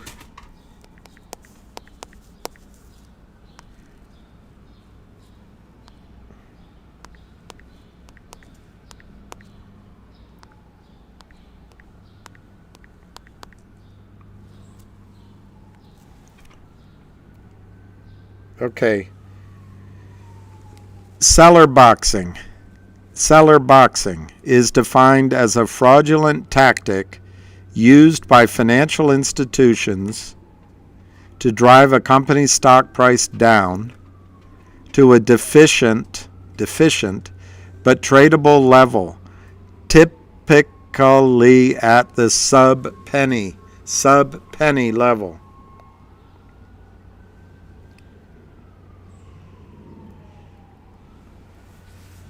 Market realist. What does seller boxing mean in the stock market? Seller boxing mentions have increased, prompting investors to ask what it means. Naked short selling is a type of securities fraud that is becoming increasingly popular and profitable for market makers who engage in it.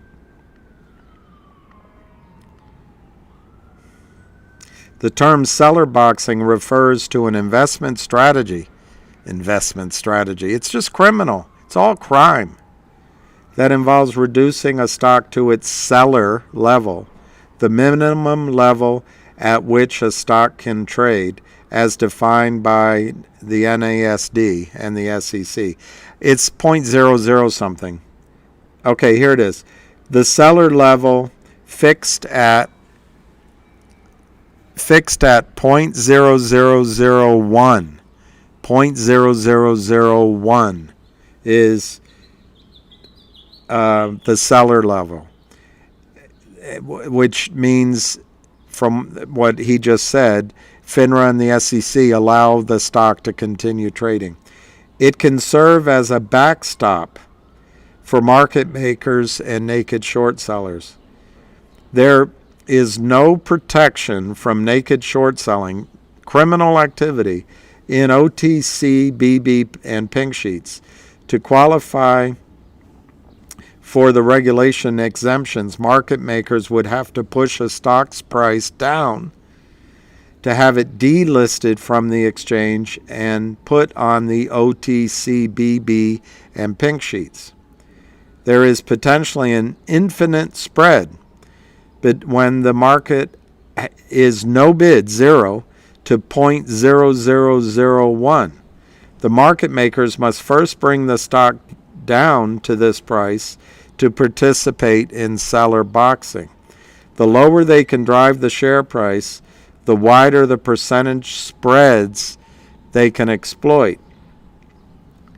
Once a micro-cap stock is boxed in the seller, it doesn't have many alternatives to rise higher. An obvious alternative is to reverse split the stock. But historically, these splits have been ineffective. The market cap generally gets hammered, and the stock reverts to its pre-split price. I'm just reading this. Another approach is to coordinate a prolonged purchasing attempt and force the stock out of the seller, but in most cases a naked short sell order will appear out of nowhere to meet each purchase order. My Pillow has a sale going on. The shareholder base can sometimes generate enough purchasing pressure to keep the market at a 0.0001 bid and a 0.0002 offer. Remember that medical stock? For a limited time. After that, the market makers repeatedly strike with force by selling to wipe out all of the bids. So the market makers repeatedly strike with force by selling to wipe out all of the bids. When retail shareholders watch this happen a few times, they tend to sell their stock the next time a 0.0001 bid arises. The 0.0001 bid and the 0.0003 offer market leads to a stalemate. It makes you wonder why it was recommended, either out of ignorance, and you sometimes wonder, what was it all about, that medical company back in November? But hey, I'm not crying. There's no crying in baseball.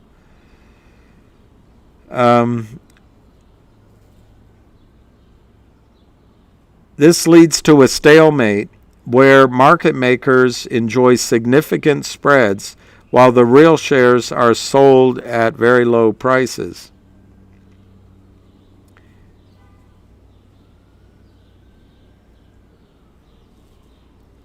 Here's Inspector AMC Biggums on Twitter. I don't know who he is. Inspector AMC Biggums. Market maker executions, being able to naked short, are way different than seller boxing. Seller boxing market makers literally make it certain. Seller boxing market makers literally make it a certain bid price, so they never buy it, leaving it in a cellar. They short any time someone buys, so they auto bag holders. Anyway, that's not well written. But what happens is, in seller boxing, you get the stock down to that price, and it never recovers. But the key thing is that Kurt Kramer, and he's done it to company after company. He did it with HPIL. He did it to GTLL. He's trying to do it to DBMM. And there's a whole laundry list. But Gary Gensler doesn't care. It's over the counter. When are you guys going to realize these men and women aren't very smart? They're just criminals in a suit. Gary Gensler to Congress. Well, you look over here, and then you look over there, and then we talk about payment order flow here, and, we're doing so much to educate the SEC over here, and by the way, we're going after Kim Kardashian's cryptocurrency, and Lindsay Lohan, and boom, boom, boom. But what's right here in the center of the picture? Settlement. He never addresses settlement. Gary Gensler never addresses settlement. And Reg Show was designed to give a little bit of time, but they're abusing it. But anyway, so the question is, what does 1-800 do for GTII?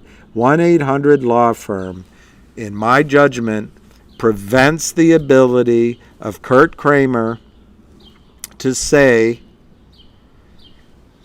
to his investors and other criminals, sell this, let's seller box this stock, and there's infinite profit we can make. And when suckers come in to buy it, we can keep selling it. Just like that medical stock that Lou got you into. I forget the name of it. And I bought some. Same thing. They were making profits while we were buying. I'm sure Lou wasn't paid off for that, but probably someone that told Lou about it was paid off to get that done. I don't think Lou would do that. But that's what the criminals do. So what does 1-800 law firm do? It means that Kurt Kramer / Alpine will no longer be able to even have a dream of driving the stock down to 0.0001. That was their goal. And they've continued to believe they could do that because it's set up so they can do it. They didn't count on running into Ham. They just didn't count on it. So, and they didn't count on you. So that's what I think 1-800 law firm does for GTII. It totally FUXs the Kramers. It FUXs the Kramers.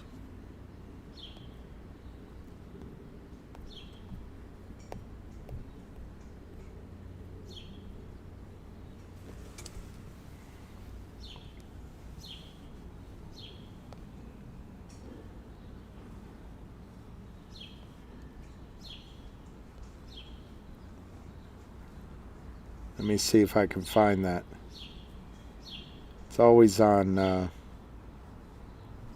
you can always find it on the hamsters.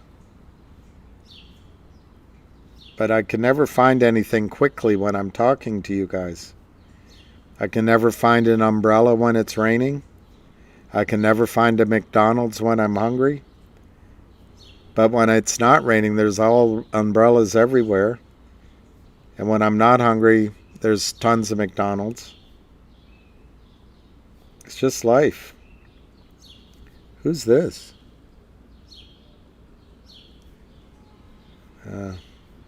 I can't find it now. I should learn to keep wow. Look at it's still me Albee.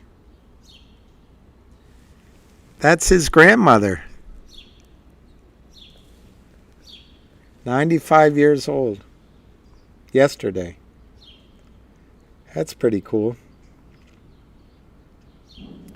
So anyway, I'm trying to find this. I'll give up. But I'm a little bit stubborn because I saw it. I know I did. And it would be so easy to show you if I could find it again. But unfortunately, I shan't. I shan't be able to find it. If I can't, I shan't be able to show you. Can't find it. So anyway, the Kramer, maybe I have it in my pictures.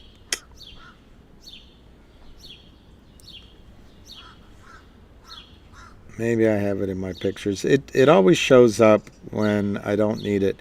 But the Kramers put out a picture, nobody FUXs with us. That's what they put out. And that's what I was looking for. FUX.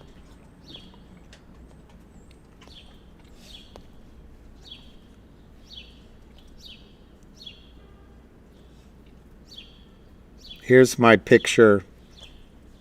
Here's my picture for today.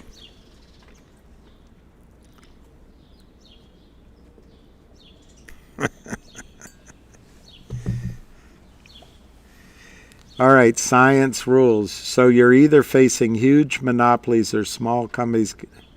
That's it. You got it. Science rules. When Goober Gary Gensler, glib talking Gary Gensler, says that he's there to prevent fraud and help investors, that's not happening. Any stock under $5, or depending on the firm, it might be $10, might be $7. Depending on the firm, it might be 350 million market cap, it might be 500 million.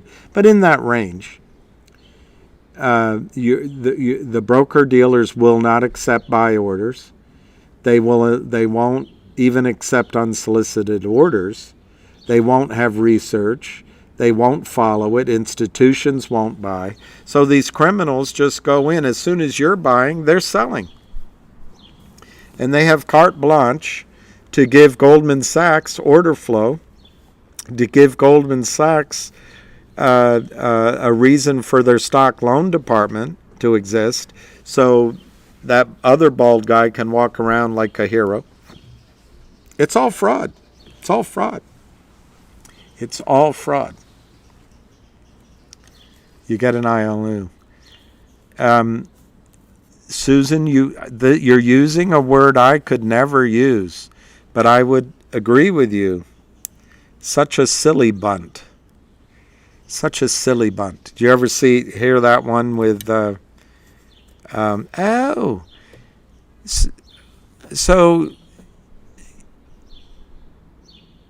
you can't say the letter K.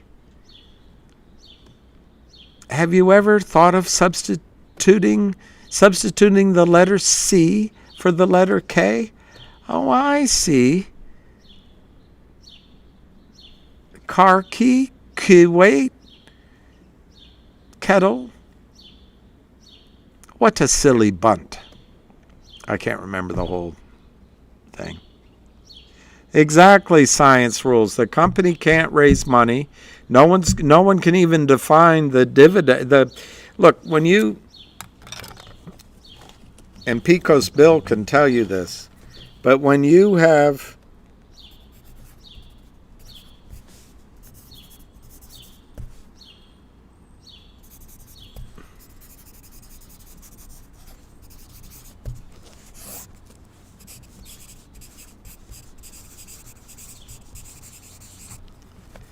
when you have 3.5 billion barrels of oil and you have 165 million shares, you know how many shares you have. You can risk the certainty of that oil anywhere you want, any way you want. But initially, it's a simple matter of taking your calculator, putting 3.5 billion in the numerator, dividing it by 165 million in the denominator, and you get 21 barrels per share. Let me do it again, because I'm always making mistake with my arithmetic. 3, 5, 1. So 3.5 billion numerator divided by 165 million. 165 million shares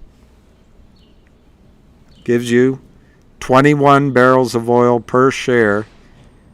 That's what by the way, that's what you should be entitled to right there at a minimum. The value of 21 barrels of oil in the ground. You can risk it any way you want, and Pecos Bill will tell you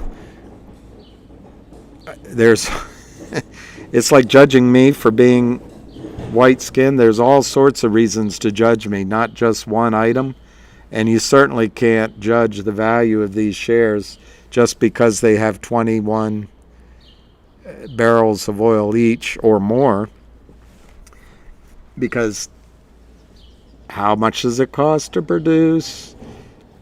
How much water is coming out with it? What's the life of the reserves? How long does it take to bring? All sorts of things. But anyway, 21, let's say it's worth $5 a barrel. 106.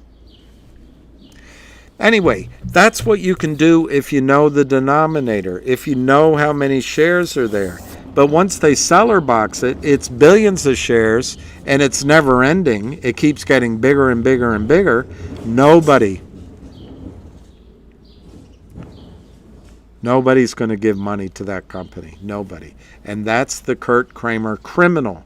Frank Benedetto once referred to Kurt Kramer as someone he knows, and that Kurt Kramer essentially is a good person. He would never speak ill of people on Twitter. I'm paraphrasing. But he said that what Kurt Kramer does is his business model.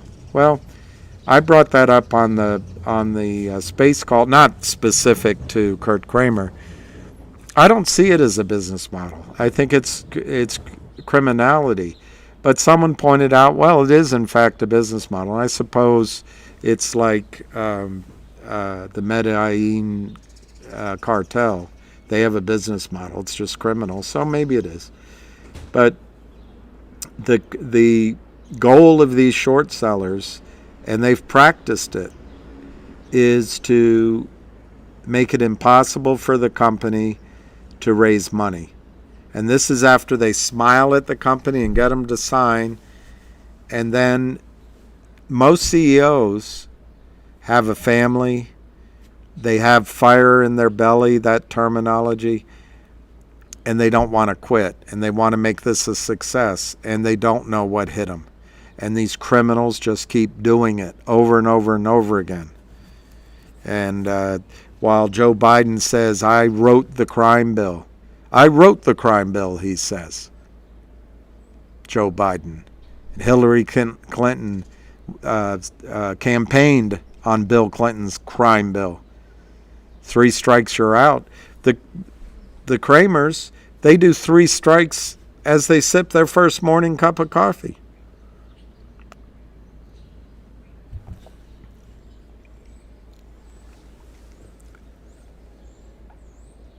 Oh yeah, science rules. Science rules. I raised a lot of money. I someday when I go down to Texas, and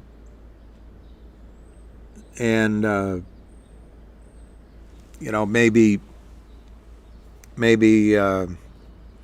take Pico's bill out to I'd rather go out to somewhere he recommends, but maybe sit down and talk with him.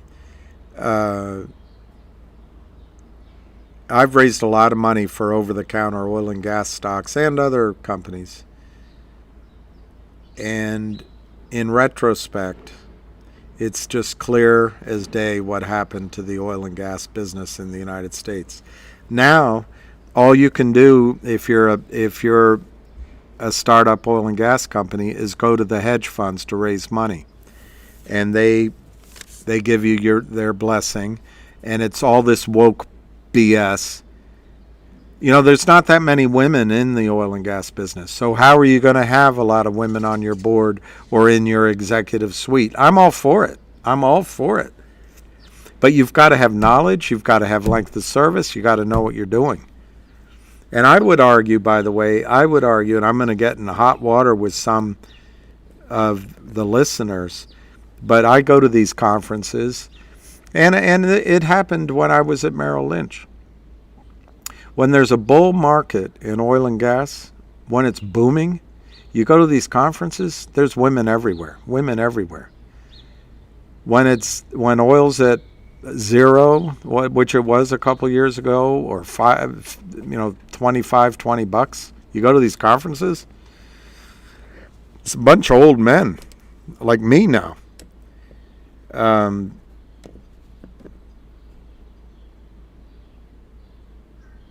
The reason I bring that up is oil and gas takes a certain constitution, and I'm not sure all the time, and I think it's good. Differences between people are good, but I'm not always sure in my experience, and I've worked with a lot of women because I enjoy it and have wanted to, but women look at deals differently than men do, and that's just a fact. I don't need to get any emails saying, oh, I'm full of baloney. I've done it. women look at risk differently than men do. It's just a simple fact. And I don't care what the textbooks say at Harvard or anywhere.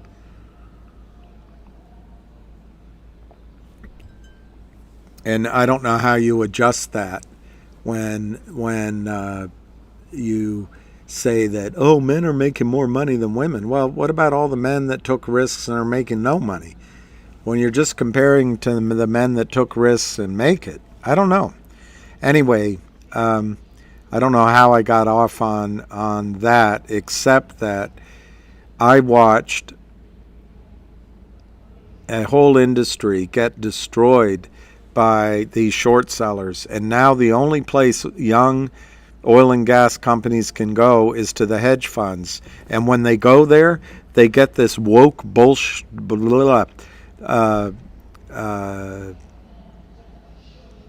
woke mentality back at them that you've got to have environmental, social governance, and I forget what the G is.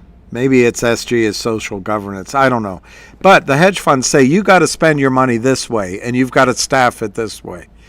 The other thing the hedge funds do and the banks do, when you go to a bank to build your oil company, they'll give you, and the borrowing base always changes.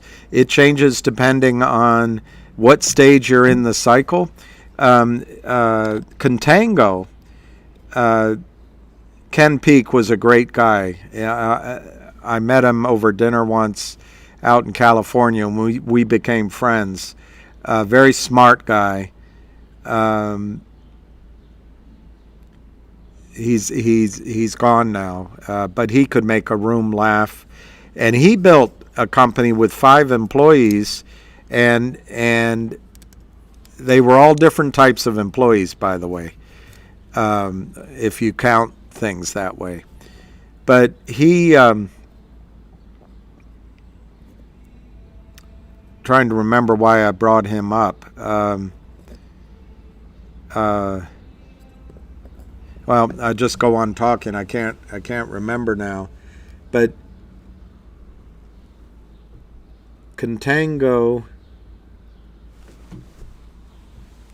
I can't remember why I brought up Contango.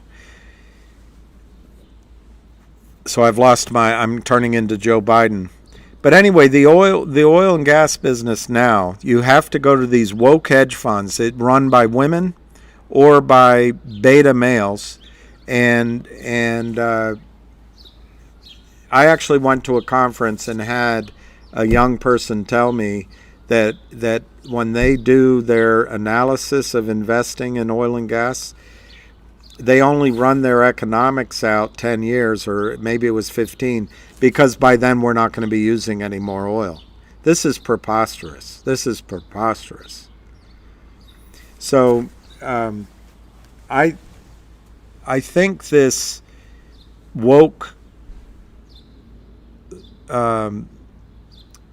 mistake that we're making, plus the fact that I was talking about borrowing bases. The banks will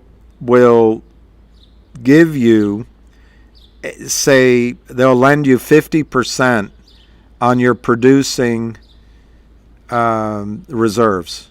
They might give you, I don't know, I'm making it up, 25% on your proved behind pipe. In other words, what you could very easily turn to producing. But they may give you zip for your probables and your possibles.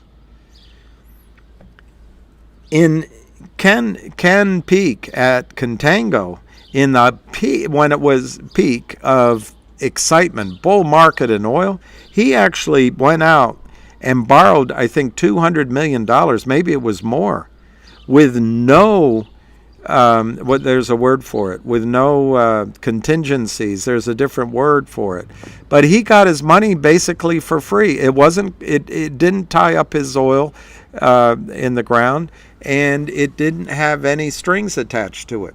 Amazing. He did it all day long. There was a name for those kind of, it was some sort of preferred offering that I'd have to look it back up. Well, that's all gone now. Now, when you, as an oil company, when you go get that money, they'll tell you, not only are they lending you on, let's say 50% of your proved producing, they're going to tell you that 70 or 80% of your cash flow has to go pay back the bank. So you've got restrictions, and then they're going to be able to tell you, you're going to say, well, I want to go drill this step out well, and they'll say, all right, we'll go along with that. And I'd really like to drill a well out here a little bit further to see if this extends. They're going to say no. You can drill the what's considered to be proven reserves right now, step out, but you're not gonna be able to go drill an exploratory well on our money. Well, how do you build a company? So I actually think there's a message in there for our situation, which is good. But anyway, I got off topic. The point is that what the criminals try to do is make it impossible for the companies to raise money. And I don't know how you're going to live in a vibrant economy unless you have companies that can have access to capital. And the criminals are not access to capital. They're just there to hook you. They're devils. They're evil. When Kurt Kramer smiles at you, he's a devil. When Jeff Easton smiles at you, he's a devil, or he's acting on behalf of the devil, and the rest of them as well. I forgot a decimal. I'm sure I did. I'm not that good at arithmetic. Let me go back and see some of your messages. Hey, Abdul Razik. Kifek.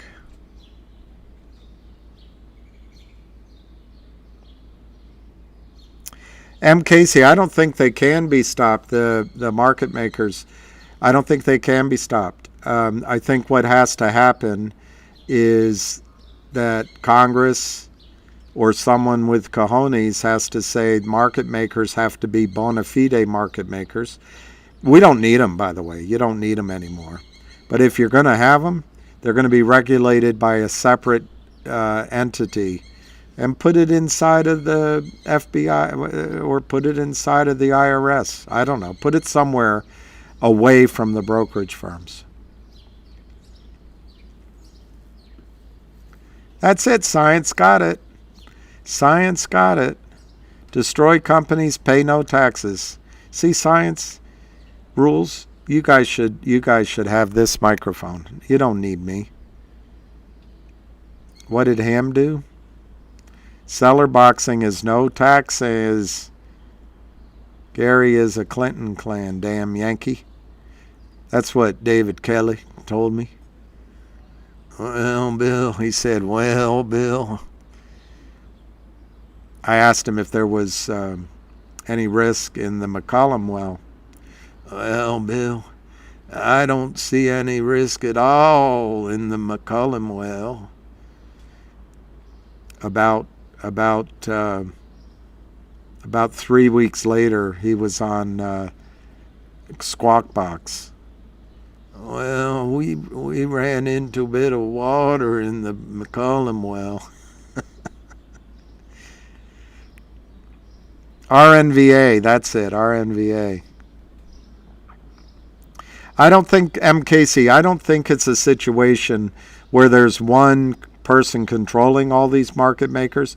I do think that Kurt Kramer, Jeremy Frommer made the point that he didn't think and he knows Kurt Kramer, I think, because he took money from him. He knows Jeff Easton, and he said these guys aren't smart enough to. I think he's got a point on that, but his implication was then they're not doing it. I don't see it that way. I think that pools of money like Stevie Cohen train, they teach people like Jeff Easton and Kurt Kramer how to do this. What's in it for Stevie Cohen? Arm's length. And he gets maybe 60-70% of the profits. He puts up the money. He hires a bunch of these LLCs guys, and they go do it. And if a couple blow up, all right, but the rest are, it's just he's just mining money. So I don't think it's so much that there's one person controlling the market makers. I think this is greed run rampant on Wall Street. And then there's this pushing of the boundaries of legality because they can get away with it, and they can always hire a white-collar lawyer, crime-collar lawyer to get them out of it so they're not going into prison. And it's just so much money. It's just so much money. So I think it's greed gone wild. It's ineffectual regulators, which I think started with Rubin under Bill Clinton. Obviously, it probably started with Reagan, but Bill Clinton got more of this crap passed than any Republican ever could. And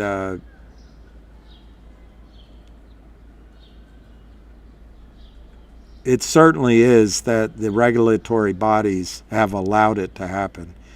But if back in my day, it wouldn't have happened. Bob L., there has to be a lot of buying to make it squeeze. This will make us whole. Well, Bob, with all respect to all of you guys and me, we've probably purchased 300 million shares, I guess, over 2.5 years. So we might be just about spent. If we could find another 300 million to buy, probably, ceteris paribus, the Kramers would just counterfeit another 300 million shares. So what is the answer? The answer is when Alpine goes down, when the FBI locates, maybe it's Kramer, and arrests somebody, it's the buy-ins that happen all along the street. The Kramers and Alpine stop selling, and all at once the 325 million counterfeit shares have to be bought back in. They have to be bought back in.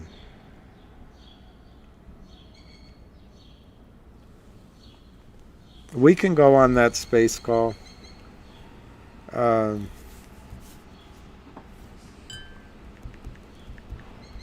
We can go on that space call.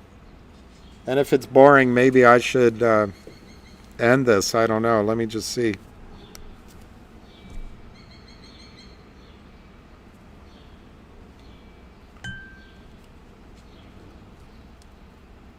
It is depressing. Don't get me wrong. But I'm looking forward to when this works. I would like, and I've been thinking about it for years, but I've really been thinking about it recently. I'd like to either buy a fund, a bank, or a brokerage firm, or just start a new one where we offer, and I would include everybody that wanted to join, where we offer plain vanilla, honest investments to companies. Let's see what's happening in this space call.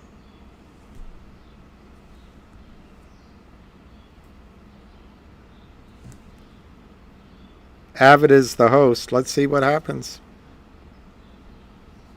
I don't want to hold this up. What was it? Something that came to mind. Either way, we'll let I like that song. And speak. If I think about it, I like that. The Lemon song is a great song. Hey everybody, what's up, Ace? Isn't it called the Immigrant This Song? is Tony Al. One thing is, I would like, I think Zach and when the whole thing about AMC and GME, you know what what I love about this community, I think part that's of right, me going yo. to GTII was Zach, and if you remember Zach, I came and messaged you, and I appreciated everything you have done. Why are we doing And this? you Well, kind of Jay, up on a lot of things. If you remember, the community, how divided they were, AMC and GME with each other. They're fighting with each other, uneducated, and also GME. I don't want to talk over this, but quickly, Jay, the reason we're doing it is because we believe we can catch out. Because I'm a former Marine, it's like a brotherhood. We can catch out the crooks and cause a buy-in, but it's hard to get it across because day in and day out they just sell. It will end. It will end, and it will all be, the shares will be all bought back, and the stock is going to go. Absolutely. No, you actually sparked the thought that I was going to say to Busy. So thank you. Real quick, what they do fear is exactly what you just mentioned there, and I don't want to get again political or anything. It's just there's a huge divide racially. That's what the media loves to do. The whole color thing, divide people. It's real and fake people. That's it. We're all humans. We're all equal in my eyes, and that's a big thing they try to do. And when we dumb it down again, when we bring it more to more narrow things like in the financial sector, they do the same exact thing. They try and distort, divide, have you fighting against each other. That's why I moved away from the AMC community, because there was just so much drama and toxic stuff that it wasn't about learning and educating. Here, I'm learning about so many other stocks from him and everyone else. It's, here, you got to know about this, you got to know about that, you got to talk about the MMT people. Like, that's what he's saying, and yet he's the biggest, GTII guy. So that is the difference. What you said here is we are no longer that ignorant investing community. We are no longer the uneducated base. There is incredible work that's being done. And like I said, even with Busy and some guys that are working full time on this. So this is a whole new wave of investors. They're not the same group of people that could just be taken advantage of, that are going to be ignorant to what's going on behind the scenes. And that is what they fear the most. And by they, I mean, whatever nefarious parties out there that are trying to do malicious things to certain tickers, government bodies, regulatory entities, things of that nature. They don't want us to be on the same page and to, again, be intelligent investors. That's it, Chris they want us Daniels. to be dumbed down and not believe it. So yes, that's a huge They are not point you able. just made. Yep. Well, I'll tell you right now, Alvin, they fucked around and found out here with MMTLP. Excuse my language, but they thought that we're going to be some basement dwelling retail investors, right? But they found out we got attorneys here. We have firemen, police officers, veterans, teachers, you name it, accountants, tech people. They found out that we're not basement dwellers. And I think that's why we make so much noise. We have so many bright individuals in this community, and all we want to do is just help.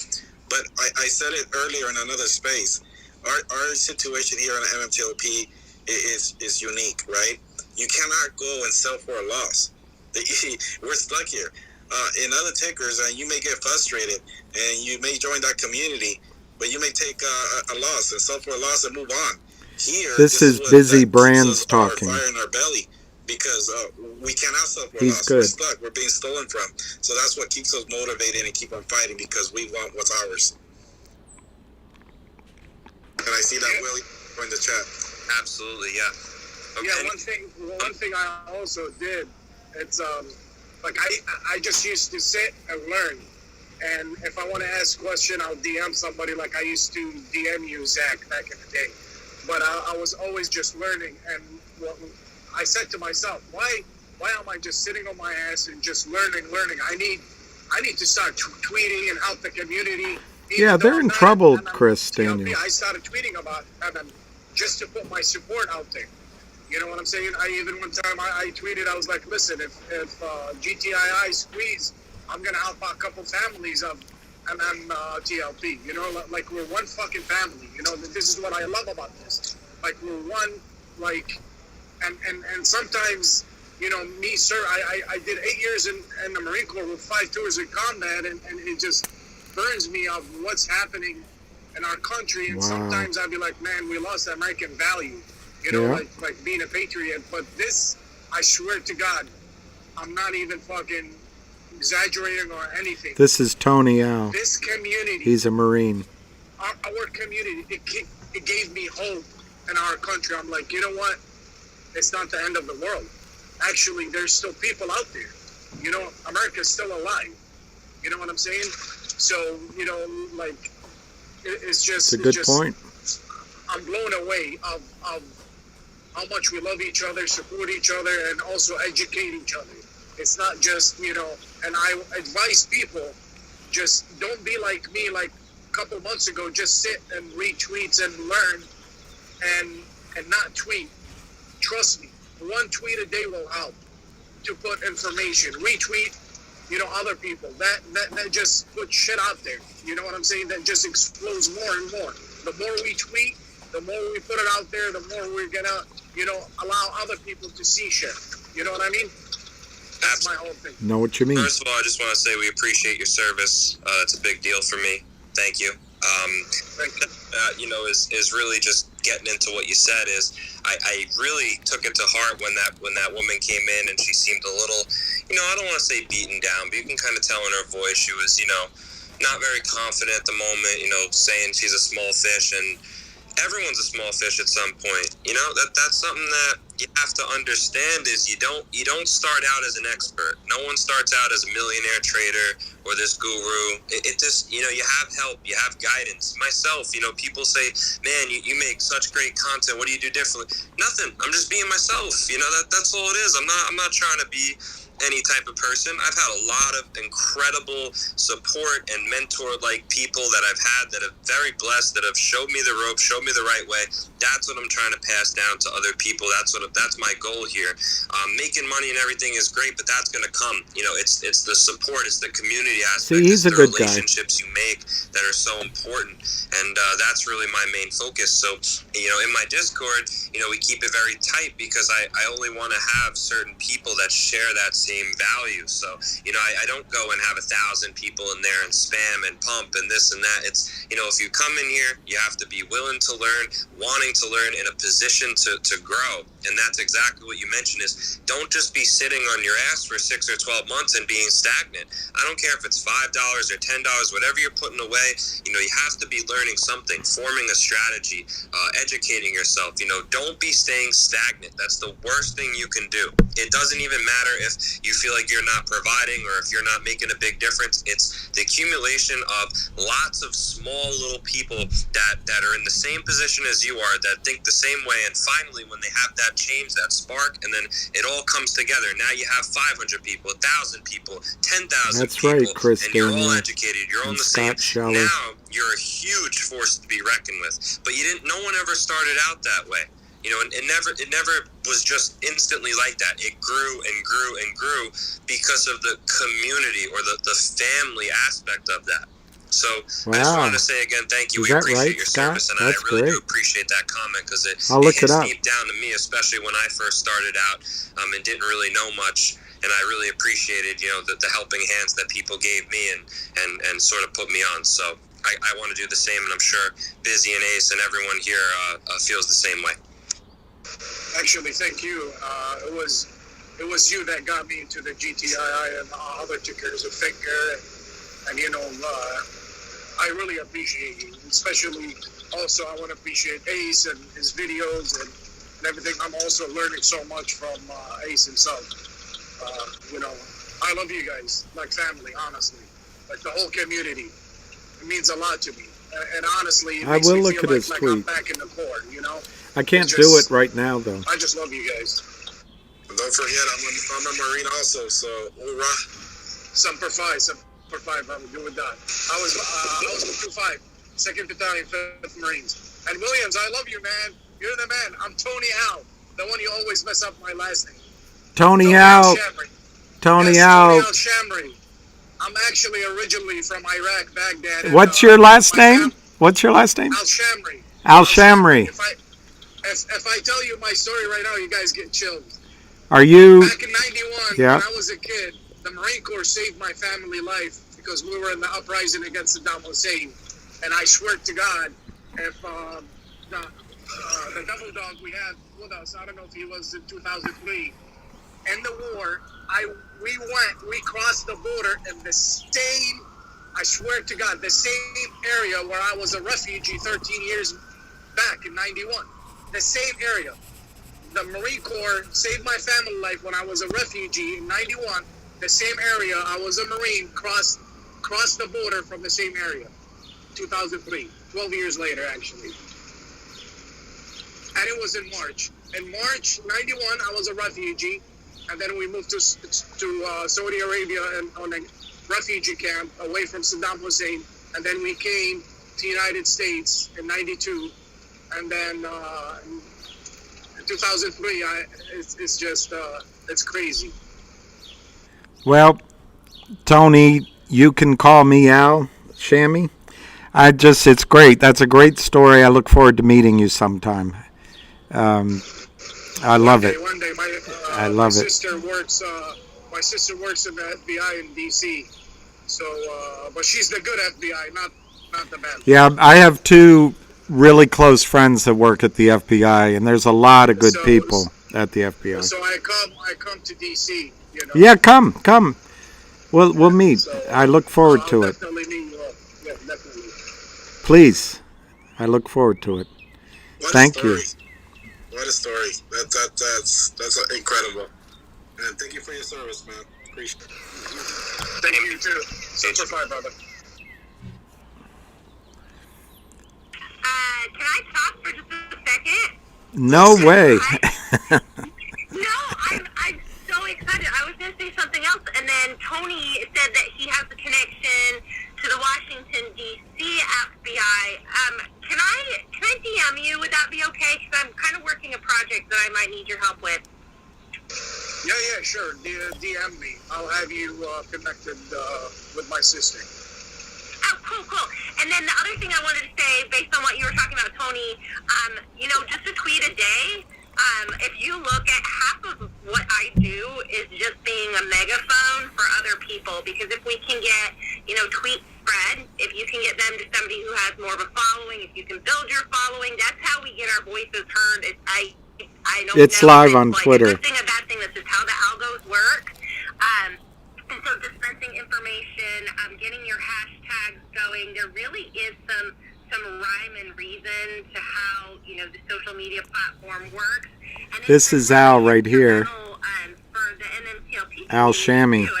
Al Shammy. I'm trying to think, because we're building this. There's Avid, Busy, Ace, and Syntax is speaking. Learned and all the things that have been effective, so that we can share that, with all the communities. The badge has been really cool. I really like, going into spaces that people are hosting, and they see all these badges, or, if Gary Gensler's doing something, being kind of a show of force. That's always been fun. But the camaraderie that you speak of, I think, is really the relationships that we have built in this community, and I know a lot of it's built on the trauma that we've experienced together. But I think that that's what binds us and keeps us together and keeps us vocal, and I think that's going to be the main difference moving forward, because I don't care if, I'm not personally in GTII, but I'm going to fight alongside you guys, because what's happening is wrong, and we have to create systemic change. So, don't be afraid to share your voice. Don't be afraid to tweet. And if you want me to retweet it, I'm not queen of the metaverse, I'm the queen of retweets. If you look through my feed, it makes absolutely no sense. It is just a retweet. It's got the same stuff multiple times. I don't care. But that helps people. When you see content that you like, quote tweet it, retweet it, whatever you need to do, tag somebody, because you never know if your tag is going to be the tag that gets it seen. You never know if you're the one, like copy and paste, who got us James O'Keefe. You just never know. You could be that person. So don't doubt yourself. Doubt is going to keep you stagnant, and stagnant is going to keep you... Tweet and retweet. We're standing on the bridge. Tweet, jumped off. Who was left? Retweet. What blew my mind, and I fell in love, totally fell in love, and I was like, man, we are going to do some damage. And when we did when you guys did the Wall Street, I like Occupy Al Wall Shami. Street, remember about the truck? There's a couple people, they were like futzsters probably. I mean, or one of the MMTLP guys got really pissed off and saying, "Oh, why GTII this truck? Why this is about MMTLP?" And then One William fix at it, that time man. told, "Hey, you know," and then Ham. Like The they shut him up. buyer's Like, going to they be shut all the that up naked so quick. position, and it's And enough. it was like it was gone within a couple hours. Like they ended it. Like, that beef. It's like even MMTLP people came and they were like, "Hey, whoa! You need to stop. GTII is with us and helping us." It's not like, you know, what I told Ace and Zach.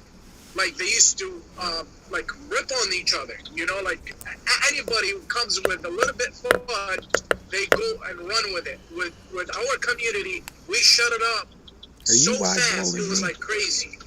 It was like Are gone you for a couple hours eyeballing me? and it just ended. Well, I personally consider, and I know there's a huge amount, the majority of the MMTLP community considers the GTII community family. I mean, that's just how it is. We're comrades and arms, in our digital arms, whatever you want to call it. But yeah, you guys are that was my whole point. My whole point is like we didn't let that get in between us. You know what I'm saying? Like it didn't divide the community. Like nothing will divide that community, and that's what made me fall in love with it even more. You know, I'm like maybe a little bit hardcore type of guy, but you know, like it's just I love loyalty. You know what I'm saying? And it's just I love it, man. I love it. Well, I just followed you back, so expect a DM. I gotta pop into Walmart. But Evan, I am so glad that you are back on Twitter. Welcome back, and thank you. Oh, I appreciate that. I'm glad to be back. Still never got an explanation why, but it's okay though. I got a good buddy here with his hands up here. Love speaking to Mr. Optimus here. Oh, hey, Avid. Good to talk with you. You know, we are, you know, certainly all, you know, fighting the same battle with MMTLP and GTII and some other securities. So maybe and while we're going through this process, and certainly it looks like maybe what we should do is end this, or do you want to keep listening? Getting in front of journalists and legislators and so forth. We all need to remind ourselves that because of the negligence. All right. Hang on.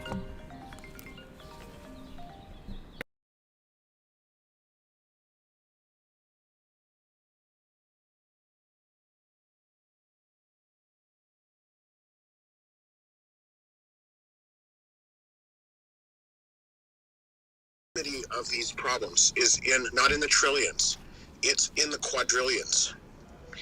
And so as lawmakers John and Smith people who are in Doe. positions of power begin John to Smith Doe. unwrap the onion, Yeah, I'll end it. and first understand A, that there is a problem, and B, understand that they got here because there was So I think 6 o'clock. I'm gonna let everybody get on with their day. I'm sorry the stock was down, but to me it wasn't horrible. What we're waiting on is for the buy-in of all of these counterfeit shares.